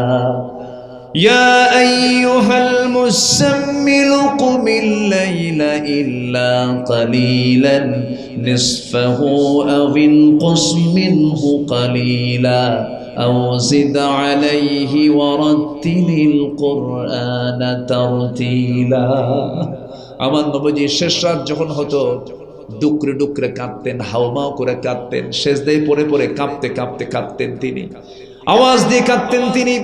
চোখ ফুলে যেত, চোখের কোনা বেয়ে বেয়ে টপ টপ করে পানি পড়তো, জায়নামাজ ভিজে যেত, গাল ভিজে যেত, একদম কান্নায় বেকারার হয়ে যেতেন। আর আল্লাহর কাছে একটা দোয়া করতেন, আল্লাহ মেহেরবানি করে আমার উম্মতকে মাফ করে দাও। কয়েকটা রাতের আধারে আমার নবীজি ঘন্টার পর ঘন্টা সেজদার মধ্যে পড়ে আছেন, নড়েন না। আম্মা জান আয়েশা পাশে বসা, রাসূলের নড়াচড়া বন্ধ হয়ে গেছে, তিনি ভয় পেয়ে গেলেন রাসূল বুঝি ইন্তেকাল করেছেন। চিমটি কাটলেন, আমার নবীজি নড়ে উঠলেন। সালাম ফেরার পর রাসূল বলছেন, আয়েশা আমার গায়ে চিমটি কাটলা কেন? হুজুর আপনার ঘন্টার পর ঘন্টা সেজদায় থাকা দেখে ভাবলাম আপনি মরেই গেছেন নাকি, কোনো নড়াচড়া নাই, চিমটি কাটছে এই জন্য। রাসূল বলছেন, আয়েশা রে, কিয়ামতের দিন কেউ নাজাত পাবে না। আম্মা জান আয়েশা বলছেন, আমিও নাজাত পাবো না, তবে আল্লাহ পাক আমাকে রহমতের চাদর দিয়ে বেষ্টন করে দিবে। লাইয়ানজু আহাদুম মিনকুম, আমার বন্ধুগণ, আমার নবীজির মতো মানুষ যে রাসূল দিনের আলোতে রাস্তা দিয়ে চলতে গেলে আকাশের তপ্ত মেঘের রোদ যেন রাসূলের গায়ে না লাগে, এক খণ্ড মেঘ সূর্যের নিচে আল্লাহ পাক রেখে দিতেন। এত সম্মান তাকে আল্লাহ পাক দান করেছেন। সেই নবীটাও শেষ রাত্রে, সেই নবীটাও গোটা রাত সেজদায় পড়ে পড়ে কাঁদেন, কার রহমত পাওয়ার জন্য? আসতে বলবেন না, কার রহমত পাওয়ার জন্য বলেন? আল্লাহর রহমত পাওয়ার জন্য। আবার আমি আপনি যদি আল্লাহর রহমত পেতে চাই, সেই নবীজির অবশ্যই মোহাব্বতের দরকার আছে না নাই বলেন? আছে। নবীর মোহাব্বত ছাড়া কি আল্লাহকে পাওয়া যাবে নাকি? আল্লাহ শর্ত জড়িয়ে দিয়েছেন, ও বান্দা তুই আমাকে সরাসরি কখনো পাবি না, শর্ত হলো রাসূলকে আনুগত্য করতে হবে। ফাত্তাবিউনি ইউহিব্বুকুমুল্লাহ, রাসূলের তুমি আনুগত্য করবে, আল্লাহর ভালোবাসা পেয়ে যাবে। জোরে কোন সুবহানাল্লাহ।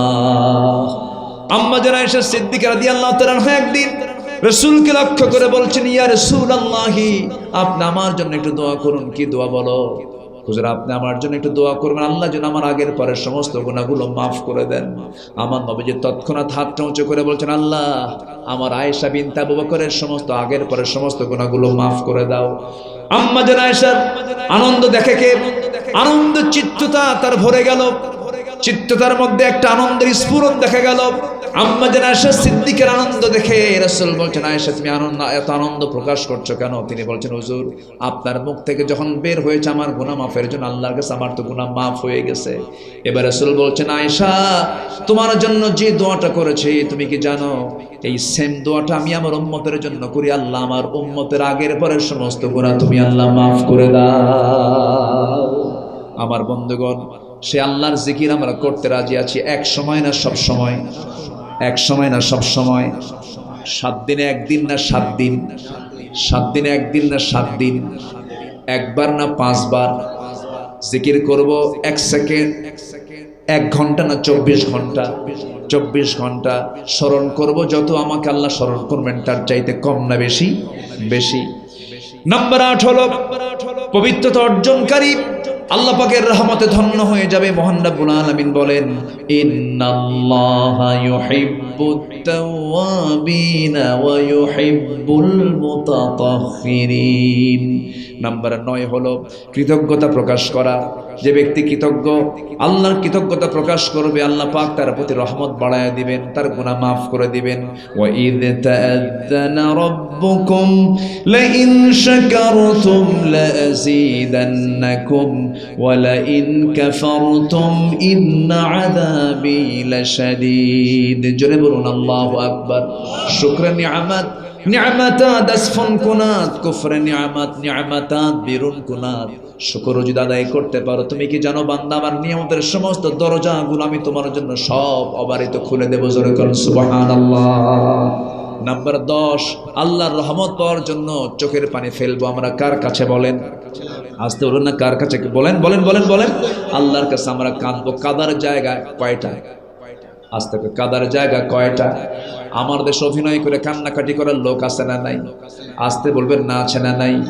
আল্লাহ ছাড়া যত কান্না আছে, সমস্ত কান্নার মধ্যে স্বার্থ আছে। আল্লাহ ছাড়া যত কান্না আছে, প্রত্যেকটা কান্নার মধ্যে অভিনয় থাকতে পারে। স্বামীর সামনে বউ কাঁদবে, স্বামী বলবে মহিলা মানুষ এমন করে কান্দে। আবার স্ত্রীর সামনে স্বামী কাঁদবে, মহিলা বলবে পুরুষ মানুষ কান্দে, তুমি কেমন পুরুষ, তুমি পুরুষ মানুষ হইয়া কান্দো। পৃথিবীর মানুষ কান্নার কোনো মূল্য দেবে না, কিন্তু কোন বান্দা যদি আল্লাহর ভয়ে কাঁদতে পারে, 1 ফোঁটা চোখের পানি ফেলতে পারে, আল্লাহর কসম করে বলি 7 সমুদ্রের পানি দিয়ে 7টা জাহান্নাম নিববে না। কিন্তু 1 ফোঁটা চোখের পানি যদি আল্লাহর ভয়ে কোনো বান্দা ফেলতে পারে, 1 ফোঁটা চোখের পানি দিয়া 7টা জাহান্নাম নিভে যাবে। আমরা কাঁদবো কার কাছে বলেন? আল্লাহর কাছে। ওয়া ইযা তুতলা আলাইহিম আয়াতুর রহমানি খাররু সুজ্জাদাও ওয়া বুকিয়া। জোরে বলুন আল্লাহু আকবার। আমরা কাঁদবো একমাত্র কার কাছে? আল্লাহর কাছে। আমরা লুটে লুটে কাঁদবো, সেজদায় পড়ে পড়ে কাঁদবো। নাম্বার 11 হলো ধৈর্য এবং সালাতের মধ্য দিয়ে আল্লাহর সাহায্য কামনা করে। আয়াতটা আমি ইতিপূর্বে বলেছি, ওয়াস্তাঈনু বিস-সাবরি ওয়াস-সালাহ ইন্নাল্লাহা মা'আস সাবিরিন। চোখের পানি ফেললে আমাকে চোখের পানির মূল্য কে দিবেন? আসতে বলবেন না, কে দিবেন? আল্লাহ দিবেন। এবং জীবনের সকল জায়গায় আমরা একমাত্র ভয় করব কাকে? আসতে বলবেন না, কাকে ভয় করব? আল্লাহকে ভয় করব। নাম্বার 12 হলো সালাতের প্রতি যত্নবান হওয়া, আল্লাহর সামনে বিনম্র হয়ে দাঁড়ানো। হাফিযু আলাস সালাওয়াতি ওয়াস সালাতিল বুসতা ওয়া কুমু লিল্লাহি কানিতিন। নাম্বার 13 হলো আল্লাহর সামনে দাঁড়ানোর ভয়ে নিজে প্রবৃত্তিকে, কামনা বাসনা থেকে নিবৃত রাখা। আমার বন্ধুগণ, একমাত্র আমরা জীবনের সকল কাজে কাজ করতে গিয়ে আমরা 1 নাম্বার সাক্ষী বানাবো কাকে? আসতে বলে সাক্ষী বানাবো কাকে? ইসলামের একজন দ্বিতীয় খলিফা ছিলেন, তার নাম কি বলুন তো? ওমর। বলেন তার নাম কি? ইসলামের দ্বিতীয় খলিফার নাম কি? প্রথম খলিফা, দ্বিতীয় খলিফা, তৃতীয় খলিফা ওসমান, চতুর্থ খলিফা আলী। এগুলো আমাদের ইতিহাসগুলো জানার দরকার আছে না নাই? এই ইতিহাসের সঙ্গে আখিরাতের সম্পর্ক আছে। কিসের সম্পর্ক আছে বলেন? আখিরাতের। তাহলে দ্বিতীয় খলিফা কে? ওমর। অনেকদিন আগে এক মাহফিল আমি বললাম দ্বিতীয় খলিফা কে? সামনে থেকে এক ছেলে দাঁড়ায় বলে, হুজুর, আমি প্রশ্ন করলাম ওমরে ফারুক কে চিনেন? ওমরে ফারুক কে? ছোট্ট ছেলে দাঁড়ায় বলে, হুজুর আমি ওমরে ফারুককে চিনি। কে? আমাদের বাড়ির দোতলায় ভাড়া থাকে। বুঝলেন তো? আমি মুস্কি হাসি মেরে বললাম, তুমি সঠিক উত্তর দিয়েছো, তোমার ব্রেন যত, তোমার উত্তর ততটুকু হয়েছে। সম্মানিত ভাইয়ের, এই ওমর দ্বিতীয় তলায় ভাড়া থাকে ওমর নয়। এই ওমর সেই ওমর যে ওমরের গোটা রাত কেটে যেত চোখের পানিতে সেজদার মধ্যে। আল্লাহু আকবার বলে। আল্লাহ পাক যাকে রাসূলকে দিয়ে জানিয়ে দিয়েছেন ওমর ফিল জান্নাহ, আমার ওমর জান্নাতি, আর সে ওমর সারা রাত ধরে কান্নাকাটি করে কার ভয়ে? আল্লাহর ভয়। আর সারা রাত ধরে খেলাফতের দায়িত্ব পাওয়ার পরে সারা রাত জেগে জেগে জনগণকে দেখতে যান, জনগণ আমার কেমন আছে, জনগণকে খুঁজে খুঁজে বের করেন কার কোন কষ্ট আছে, বিধবার পাশে দাঁড়ান, এতিমের পাশে দাঁড়ান, তারপরে কার কোন কষ্টগুলো সব অনুভব করার জন্য একাকী নিজেকে পরিচয় গোপন করে খুঁজে খুঁজে খুঁজে সব বের করে ফেলেন। কোন এক রাতের আধারে একটা প্রত্যন্ত অঞ্চলে চলে গেছেন, যে দেখেন সেখানে একটা বৃদ্ধা নারীর বসবাস। তার সামনে গিয়ে দাঁড়ালেন ওমর ফারুক, নিজের পরিচয় গোপন করলেন। বুড়িমা কেমন আছেন? ভালো নাই বাবা। কেন? আল্লাহর মেহেরবানি, আল্লাহ যা রাখছেন। কিন্তু শুনছি জনপদের একজন খলিফা আছে ওমর, লোকটা আমার কোনো খবর নিল না, কোনোদিন আমার খবর নিল না। ওমর ফারুক বলছেন, মা এত দূর কেমনে আসবে খলিফা? এত দূরকে আসা সম্ভব? প্রত্যেক দিন এত বিশাল জনপদ, অর্ধ পৃথিবী ওমর শাসন করে, সে ওমর আপনাকে দেখতে আসবে কখন? এই একদম জনাকীর্ণ একটা প্রত্যন্ত অঞ্চলে কেমনে আসবে? এবার মহিলা কড়া ভাষায় জবাব দিয়ে বলছে, এই যুবক, তুমি কি আমি চিনি না তোমারে, তবে একটা কথা বলি কি, দায়িত্ব কাঁধে পড়লে এই জায়গায় ওমরকে আসতে বাধ্য হয়ে ওমরকে আসতে হবে। উনি থমকে গেলেন, চোখে পানি চলে এলো, নিজের পরিচয় গোপন করলেন। এবার বললেন, আপনি কি ওমর ফারুককে মাফ করবেন না? ওমর ফারুককে মাফ করার প্রশ্নই নাই, আমার খবর নিছে কোনোদিন?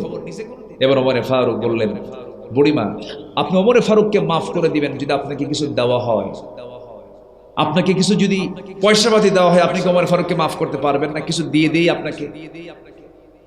মহিলা বলতেছে, কি দিবা? তুমি কি তামসা করো? কি দিবা তুমি? 25 দিনারান, তোমাকে 25 দিনার দেওয়া হবে। মহিলা বলল, ঠিক আছে আমারে দিয়ে যাও। কিন্তু উনি জানেন না যে সামনে ওমর দাঁড়িয়ে দাঁড়িয়ে কথা বলতেছে। এবার তিনি হঠাৎ করে ডাক দিয়ে ফেলেছেন, আলী এদিকে আসো তো। উত্তর দিচ্ছে আলী, আমিরুল মুমিনিন ইয়া ওমর আসতেছি। এই মহিলা তো শুনে থমকে গেছে, হাই আমি এতক্ষণ কথা বললাম কার সাথে? এবার ওমর ফারুক বলছেন, আপনি আমাকে মুক্ত করে দিচ্ছেন তো? এই যে নিন 25 দিনার আপনাকে দিলাম। এবার মহিলা বলছে, আপনি আমাকে আগে পরিচয় দিবেন না? কেন? ওমর কেন পরিচয় দিবে? ওমর আসল পরিচয় হলো ওমর কার গোলাম? আসতে বলবেন না, কার গোলাম? আল্লাহর গোলাম। এবার মহিলা টাকাটা নিয়ে, দিনারটা নিয়ে যখন চলে যাচ্ছে, ওমর ফারুক বলছেন, মহিলা মা আপনি যেতে পারবেন, এদিকে আসেন। ডাকলেন, ডাকার পরে বলছেন, আলী একটা কাপড় দাও। কাপড় দেওয়া হলো, সেই কাপড়ের গায়ে বললেন, মহিলা আপনি লিখে দেন যে আমি 25 দিনারের বিনিময়ে ওমরের থেকে অভিযোগ উঠায় নিলাম, এটা লিখে দেন, আমাকে লিখিত করে দিতে হবে। লিখিত করে তিনি সেই চিঠিটা নিয়ে বাড়িতে চলে গিয়ে বউ বাচ্চার সন্তানকে ডাক দিয়ে বললেন, আমার স্ত্রী, আমার সন্তানরা আমার যেদিন ইন্তেকাল হবে, আমার কাফনের কাপড়ের সাথে এই চিঠিটা ঢুকায় দিবা। আমি আল্লাহকে গিয়ে বলবো, আল্লাহ আমি তোমার কোনো বান্দার প্রতি জুলুম করি নাই। সুবহানাল্লাহ বলবেন না? জোরে বলেন সুবহানাল্লাহ। আল্লাহর সামনে দাঁড়ানোর ভয় থাকতে হবে। এই ভয়টা যদি কোনো বান্দার ভিতরে থাকে, সেই বান্দা কখনো হারাম কাজ, অপছন্দনীয় কাজ কখনো করতে পারবে না। সাইয়েদনা ওমর ফারুকের সম্মান কত মর্যাদা আল্লাহ পাক তাকে দান করেছেন। অর্ধ দুনিয়ার শাসনকর্তা ছিলেন। কোন একটা ফকির একদিন তার কাছে সাহায্য চাইতে যায়, তার বাড়ির সামনে গিয়ে দরজায় তিনি নক করবেন, তার কাছে কিছু সাহায্য নেবেন। কিছুক্ষণ পর ভাবলেন, না সাহায্য চেয়ে লাভ নাই, চলে যাই। মহিলা চলে যাচ্ছিল, ওমর ফারুক রাদিয়াল্লাহু তাআলা পিছন থেকে ডাক দিলেন, ও মহিলা, আমার দরজায় কড়া নাড়লে, কি যেন বলতে চা, আবার চলে গেলে, কারণটা কি? এবার ফকির বলতেছে, আমি আপনার কাছে কিছু সাহায্য চাইতে আসছিলাম, কিন্তু মনে হলো আমার যতটুকু আছে আপনার ততটুকু নাই, আমার চেয়ে আপনি বেশি অভাবী, এই জন্য আপনার কাছে চাইতে আমার লজ্জা হয়ে গেছে। আল্লাহু আকবার বলবেন না? কার ভয় বলেন? আল্লাহর ভয়। আল্লাহর সামনে দাঁড়াতে হবে, এই চিন্তা যখন কোনো বান্দার মধ্যে থেকে যাবে, সে আল্লাহর রহমত পেয়ে যাবে।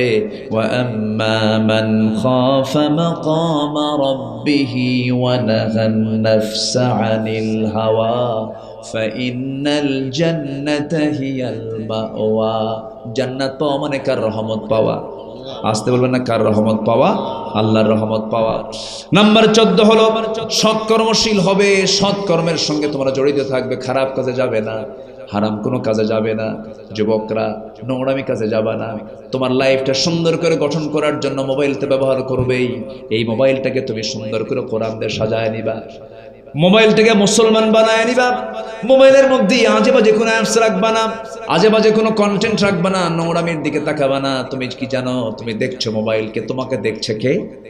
আসতে বলো তোমাকে দেখছে কে? বলেন আল্লাহ তোমাকে দেখছেন। এই জন্য সেই চিন্তা মাথায় নিয়ে মোবাইল থেকে ব্যবহার করবে। তুমি কি জানো এই মোবাইল ব্যবহার কেউ জান্নাত পেয়ে যাবে, আর এই মোবাইল ব্যবহারে কেউ জাহান্নাম যাবে। কি যাবে? কোথায়? জাহান্নাম যাবে। মোবাইলটা যেন জান্নাতের কারণ হয়। জোরে বলি আমিন, আরো জোরে আমিন।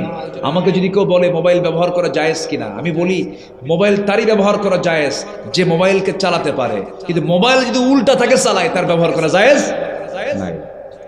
যুবকরা বিবাহ পূর্ব কোন সম্পর্কে জড়াবা না। কি বলে বন্ধু বলতে কি বয়ফ্রেন্ডকে কি বলে? বয়ফ্রেন্ড বলতে কোনো কিছু থাকতে পারে না, গার্লফ্রেন্ড বলতে কিছু থাকতে পারে না। মেয়েদের জন্য বয়ফ্রেন্ড, পুরুষের জন্য হলো গার্লফ্রেন্ড।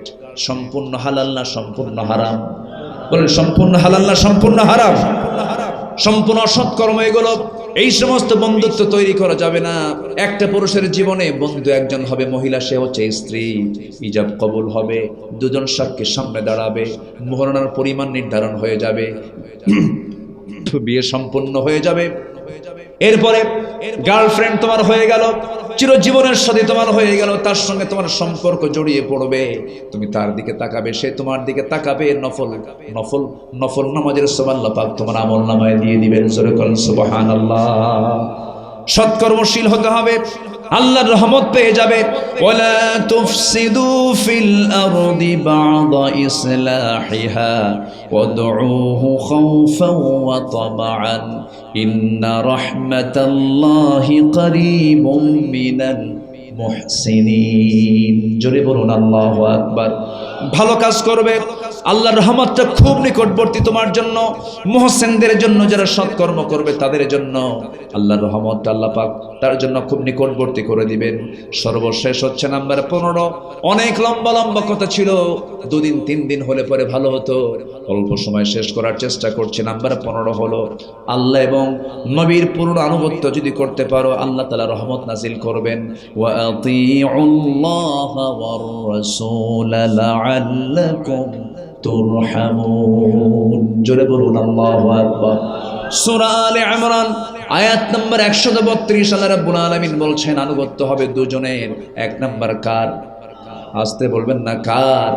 আল্লাহর। নাম্বার 2 হলো মুহাম্মদ সাল্লাল্লাহু আলাইহি ওয়াসাল্লাম। তিনি শুয়ে আছেন কোথায় বলেন? আসতে কোন কেন? শুয়ে আছেন কোথায় বলুন? মদিনায়। মদিনায় শুয়ে থেকে, জীবিত থেকে থেকে সারা জীবন আমার আপনার জন্য দোয়া করেছেন, আমার আপনার জন্য চোখের পানি ফেলে ফেলে কাঁদতেছেন। কবরে তিনি শুয়ে শুয়ে আমার জন্য কাঁদতেছেন। হাসরের ময়দানে সবাই বলবে নফসি নফসি, আমার নবীজি বলবেন উম্মতি উম্মতি। সেই নবীকে মহব্বত করার দরকার আমার জীবনের চাইতে কম না বেশি? আমার সন্তানের চাইতে কম না বেশি? আমার সকল মানুষের চাইতে কম না বেশি? সবচেয়ে বেশি মহব্বত করতে হবে মুহাম্মদ সাল্লাল্লাহু আলাইহি ওয়াসাল্লামকে। গত 7-8 দিন আগে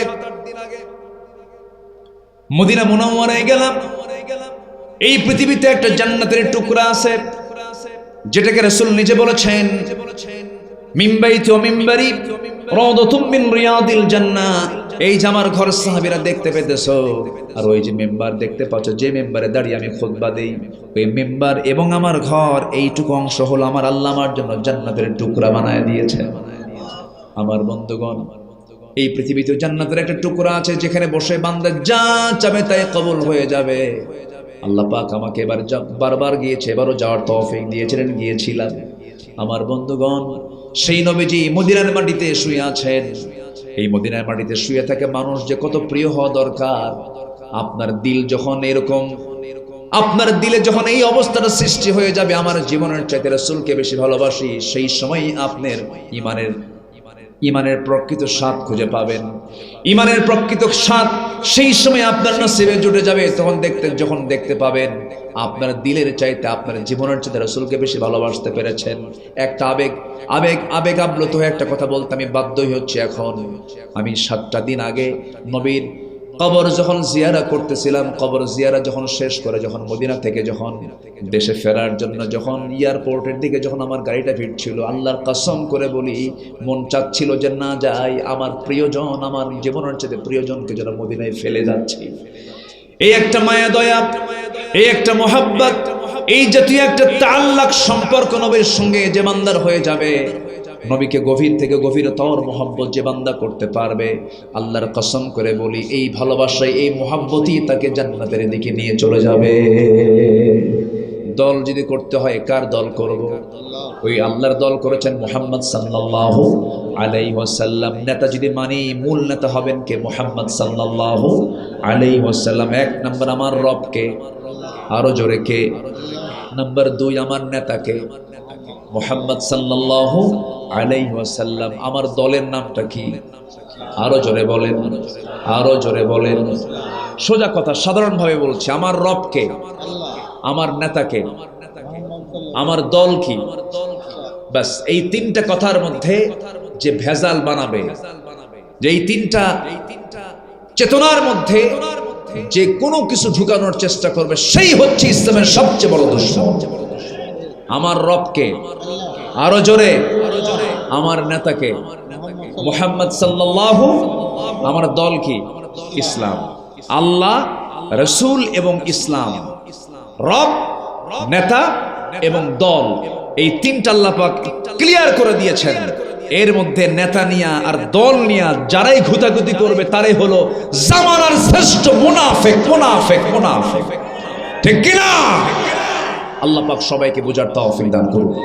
জোরে বলি আমিন, আরো জোরে আমিন। সবাইকে 5 ওয়াক্ত নামাজ পড়ি, সবাইকে 5 ওয়াক্ত নামাজ পড়ি। 5 ওয়াক্ত নামাজ আর ছেড়ে দেব না আল্লাহর মহব্বতে। কারা কারা একটু হাত তুলে দেখেন তো দেখি 5 ওয়াক্ত নামাজ। চিৎকার মেরে বলি ইয়া আল্লাহ, আরো জোরে ইয়া আল্লাহ। আমাদেরকে 5 ওয়াক্ত সালাত আদায় করার তৌফিক তুমি আল্লাহ দিয়া দাও। জোরে বলি আমিন, আরো জোরে আমিন, আরো জোরে আমিন। বাড়িতে সবার বউ আছে না নাই? পিচ্চিও কয় আছে। এই তোমার কি আছে? বিয়ে করলে আছে, বিয়ে না করলে থাকে না। অন্যের বউ কি নিজের বউ হয় নাকি? আবার অনেকের তো অন্যের বউ নিজের বউ হয়ে যায়। আছে না নাই বলেন তো? সমাজে পরকীয়ার পরিমাণ কমেছে না বাড়ছে? পরকীয়া বেড়েছে। যারা পরকীয়া করে তারা বিয়ের প্রয়োজন মনে করে না। বিয়ে করে করবো কেন? অন্যের বউ তো আছি আমার, খরচও লাগে না, টাকাও লাগে না। জোরে কোন নাউযুবিল্লাহ। এই নোংরা চিন্তার মানসিকতার কুকুরের মতো চরিত্র আছে না নাই? সবার বাড়িতে স্ত্রী আছে, পরিবার পরিজন আছে, বউটা নামাজ পড়ে না, আপনি কি করবেন বলেন তো? হ্যাঁ, অনেককে পিটাবো না, কি করবেন? আগে পিটনের দিকে যাবেন, আগে বুঝাবেন, আগে বলবেন যে নামাজ পড়ো, একসঙ্গে আমরা দুনিয়াতে থাকি, আমার যৌবন তোমার হাতে, তোমার যৌবন আমার হাতে, আমার কাছে, আমরা এই যৌবন নিয়ে জান্নাতেও খেলতে চাই, জান্নাতেও থাকতে চাই। এরকম করে আপনি দাওয়াতি কাজ করেন না, কাজ হয়ে যাবে। আমার রাসূল যদি বউকে দাওয়াত দিয়ে যদি ফিরাতে পারেন, আমরা তার উম্মত, আমরাও পারবো। জোরে বলি ইনশাআল্লাহ। আমরা কি নূহ নবীর উম্মত না আমরা শেষ নবীর উম্মত? নূহ নবী তার বউয়ের সঙ্গে পারেন নাই, লূত আলাইহিস সালাম তার বউয়ের সঙ্গে পারেন নাই, কিন্তু আমার নবী কি তার স্ত্রীর সঙ্গে পারেন নাই? পেরেছেন। দাওয়াত নিয়ে সোজা আসছেন কার কাছে? আম্মা জান খাদিজার কাছে। এসে বলছেন, খাদিজা জাম্মিলুনি লাকাদ খাশিতু আলা নাফসি, তাকে কম্বল আচ্ছাদন করে দাও। রাসূল বললেন, খাদিজা আমার মনে হয় বাঁচবো না। কেন? কেমন যেন মনে হচ্ছে আমার কাছে। না, আপনি কখনো কেউ কারো অনিষ্টের দ্বারা আপনি আক্রান্ত হবেন না, আপনি কারো ক্ষতি করেন না। এবার রাসূল বলছেন, খাদিজা একটা কথা বলি কি, এতদিন তো স্বামী ছিলাম, আজকে নতুন একটা পরিচয় আমার যোগ হয়েছে, কি আমি আল্লাহর নবী। আম্মাজান খাদিজা কেঁদে ফেলে বলছেন, স্বামী আমার মন বলছিল আপনি সাধারণ মানুষ হবেন না, আপনি আল্লাহর নবী হবেন। যেরকম সুবহানাল্লাহ, কালেমা পড়ে মুসলমান হয়ে গেছেন। অতএব আমার দাওয়াতটা হবে আগে বাইরে না আগে ভিতরে? আগে বাইরে না আগে ভিতরে? সূরা লোকমান নামে একটা সূরা আছে, সূরা লোকমান। লোকমান একজন পিতার নাম, বাবার নাম। আদর্শ পিতা কাকে বলে আল্লাহ পাক সেটাকে মডেল হিসেবে আল্লাহ পাক এখানে উপস্থাপন করে বলছেন, তোমরা লোকমানের মতো বাপ হও। যখন আল্লাহু আকবার বলেন, সেই লোকমান তিনি দাওয়াত দিয়েছেন বাহিরে না ঘরে? বলেন বাহিরে না ঘরে? ইয়া বুনাইয়া। রাসূল দাওয়াত দিয়েছেন প্রথমে স্ত্রীর কাছে, লোকমান দাওয়াত দিয়েছেন প্রথমে সন্তানদের কাছে ইয়া বুনাইয়া, হে আমার কলিজার টুকরা সন্তান। শুধু সন্তান বললে হবে না, এই নামাজ পড় এরকম না, ইয়া বুনাইয়া, হে আমার কলিজার টুকরা সন্তান, আদরের দুলাল, সোনা, আত্মা, জান, পরাণ, তুই আমার আত্মারে, বাবা এদিকে আয়। জড়ায় ধরে বলবেন, বাবা বিড়ি খাইস না, বাবা অসৎ বন্ধুত্ব তৈরি করিস না, বাবা চল নামাজটা পড়ি। এই দাওয়াত হচ্ছে ইসলামের দাওয়াত। আল্লাহু আকবার বলেন। এরকম করে সময় দিতে হবে, পরিবারের সময় দিতে হবে, সন্তানকে সুন্দর করে বুঝাতে হবে, সন্তানকে লালন পালন করতে হবে। আমার রসুল কিন্তু শুধু বিশ্ব নবী ছিলেন না, তিনি ছিলেন একজন বেস্ট বাবা, বেস্ট নানা, বেস্ট স্বামী ছিলেন, যোদ্ধা ছিলেন, নেতা ছিলেন। এমন কোনো সাইড নেই তার মধ্যে ছিল না। আমরা সবগুলো গুণ আমাদের যোগ্যতা অনুযায়ী আমরা অর্জন করবো। জোরে বলি ইনশাআল্লাহ, আর জোরে বলি ইনশাআল্লাহ। প্রত্যেকটা পরিবার কোরআনওয়ালা হয়ে যাক, প্রত্যেকটা পরিবারের সকালটা শুরু হোক কোরআন তেলাওয়াত দিয়ে। জোরে বলি ইনশাআল্লাহ। বাড়িতে ঘুম থেকে উঠবেন, নিজেকে কোরআন নিয়ে বসবেন, সব বাচ্চাকে ডাক দিয়ে নামাজ পড়ায়া, মসজিদ থেকে নামাজ পড়ায় এসেই সবার হাতে হাতে কোরআন তুলে দিয়ে বলবেন, আধা ঘন্টা কোরআনটা পড়। না বুঝলেও কোরআন হাতে নিয়ে থাক, কোরআন হাতে নিয়ে থাক। প্রত্যেকটা দিন কোরআনের সঙ্গে একটা সন্তানের সম্পর্ক রেখে দিবেন। আপনার বাচ্চার হাতে সন্তানকে কোরআন তুলে দিবেন, ওই সন্তানের হাতে কোনদিন গাঁজা তুলবে না, নেশা তুলবে না, সন্তান কখনো খারাপ হবে না, আমি ওয়াদা করে গেলাম। আল্লাহ পাক সেই তৌফিক সবাইকে দান করুন। অনেক কথা ছিল, যতটুকু কথা হয়েছে আমার কথার মধ্যে আমি অপ্রাসঙ্গিক, অপ্রয়োজনীয়, যেটা প্রয়োজন না, হাম্বে তাম্বে, মানে তারানের বান্দরে কলা খাইছে ইন্দুরে, এই আজেবাজে কথা আমি বলি না। আমার এই অভ্যাসটা আমার ভিতরে নাই, আমি লালন করি না। সম্মানিত ভাইয়েরা, যতটুকু কথা হয়েছে মন খারাপ করলেন নাকি আপনারা? আল্লাহ যেন আমল করার তৌফিক দান করেন। জোরে বলি আল্লাহুম্মা আমিন। সবাই একটু সেজদার মতো, কি বলে রুকুর, কি বলে তাশাহুদের সূরাতে, নামাজের সূরাতে আমরা সবাই একটু বসে যাই। বসে গিয়ে আমরা আল্লাহর কাছে কান্নাকাটি করব। আল্লাহ যেন আমাদের জিন্দেগীর সকল গুনাহগুলোকে মাফ করে দেন। জি, মাহফিল কমিটির যারা দায়িত্ব নিয়ে যদি ছিলেন, অনেক ভাইরা অনেক কষ্ট করেছেন, বহু আগে তারা আমাকে দাওয়াত করেছেন। আজকের মাহফিলটা যে সম্পূর্ণ হলো, মাহফিল কমিটি অত্যন্ত খুশি হয়েছে। আপনারা খুশি হয়েছেন তো নাকি? আমার আল্লাহ যেন খুশি হয়ে যান। জোরে বলি আল্লাহুম্মা আমিন। কেউ উঠবেন না দোয়ার মতোই, লোভনীয় একটা দোয়া, এতগুলো মানুষকে নিয়ে আপনি দোয়ায় শামিল হচ্ছেন, এটা অনেক বড় একটা ভাগ্যের ব্যাপার। আমরা বসে যাই, আমরা চাইবো কার কাছে? আল্লাহর কাছে। বলি সুবহানাকাল্লাহুম্মা ওয়া বিহামদিকা আশহাদু আল্লা ইলাহা ইল্লা আনতা আস্তাগফিরুকা ওয়া আতুবু ইলাইকা। চিৎকার মেরে বলি, আল্লাহ আমার জীবনের সাগীরা কবীরা, ছোট বড় সব গুনাহ তুমি আল্লাহ মাফ করে দাও। জোরে বলুন ইয়া রাব্বাল আলামিন, জোরে বলুন ইয়া রাব্বাল আলামিন।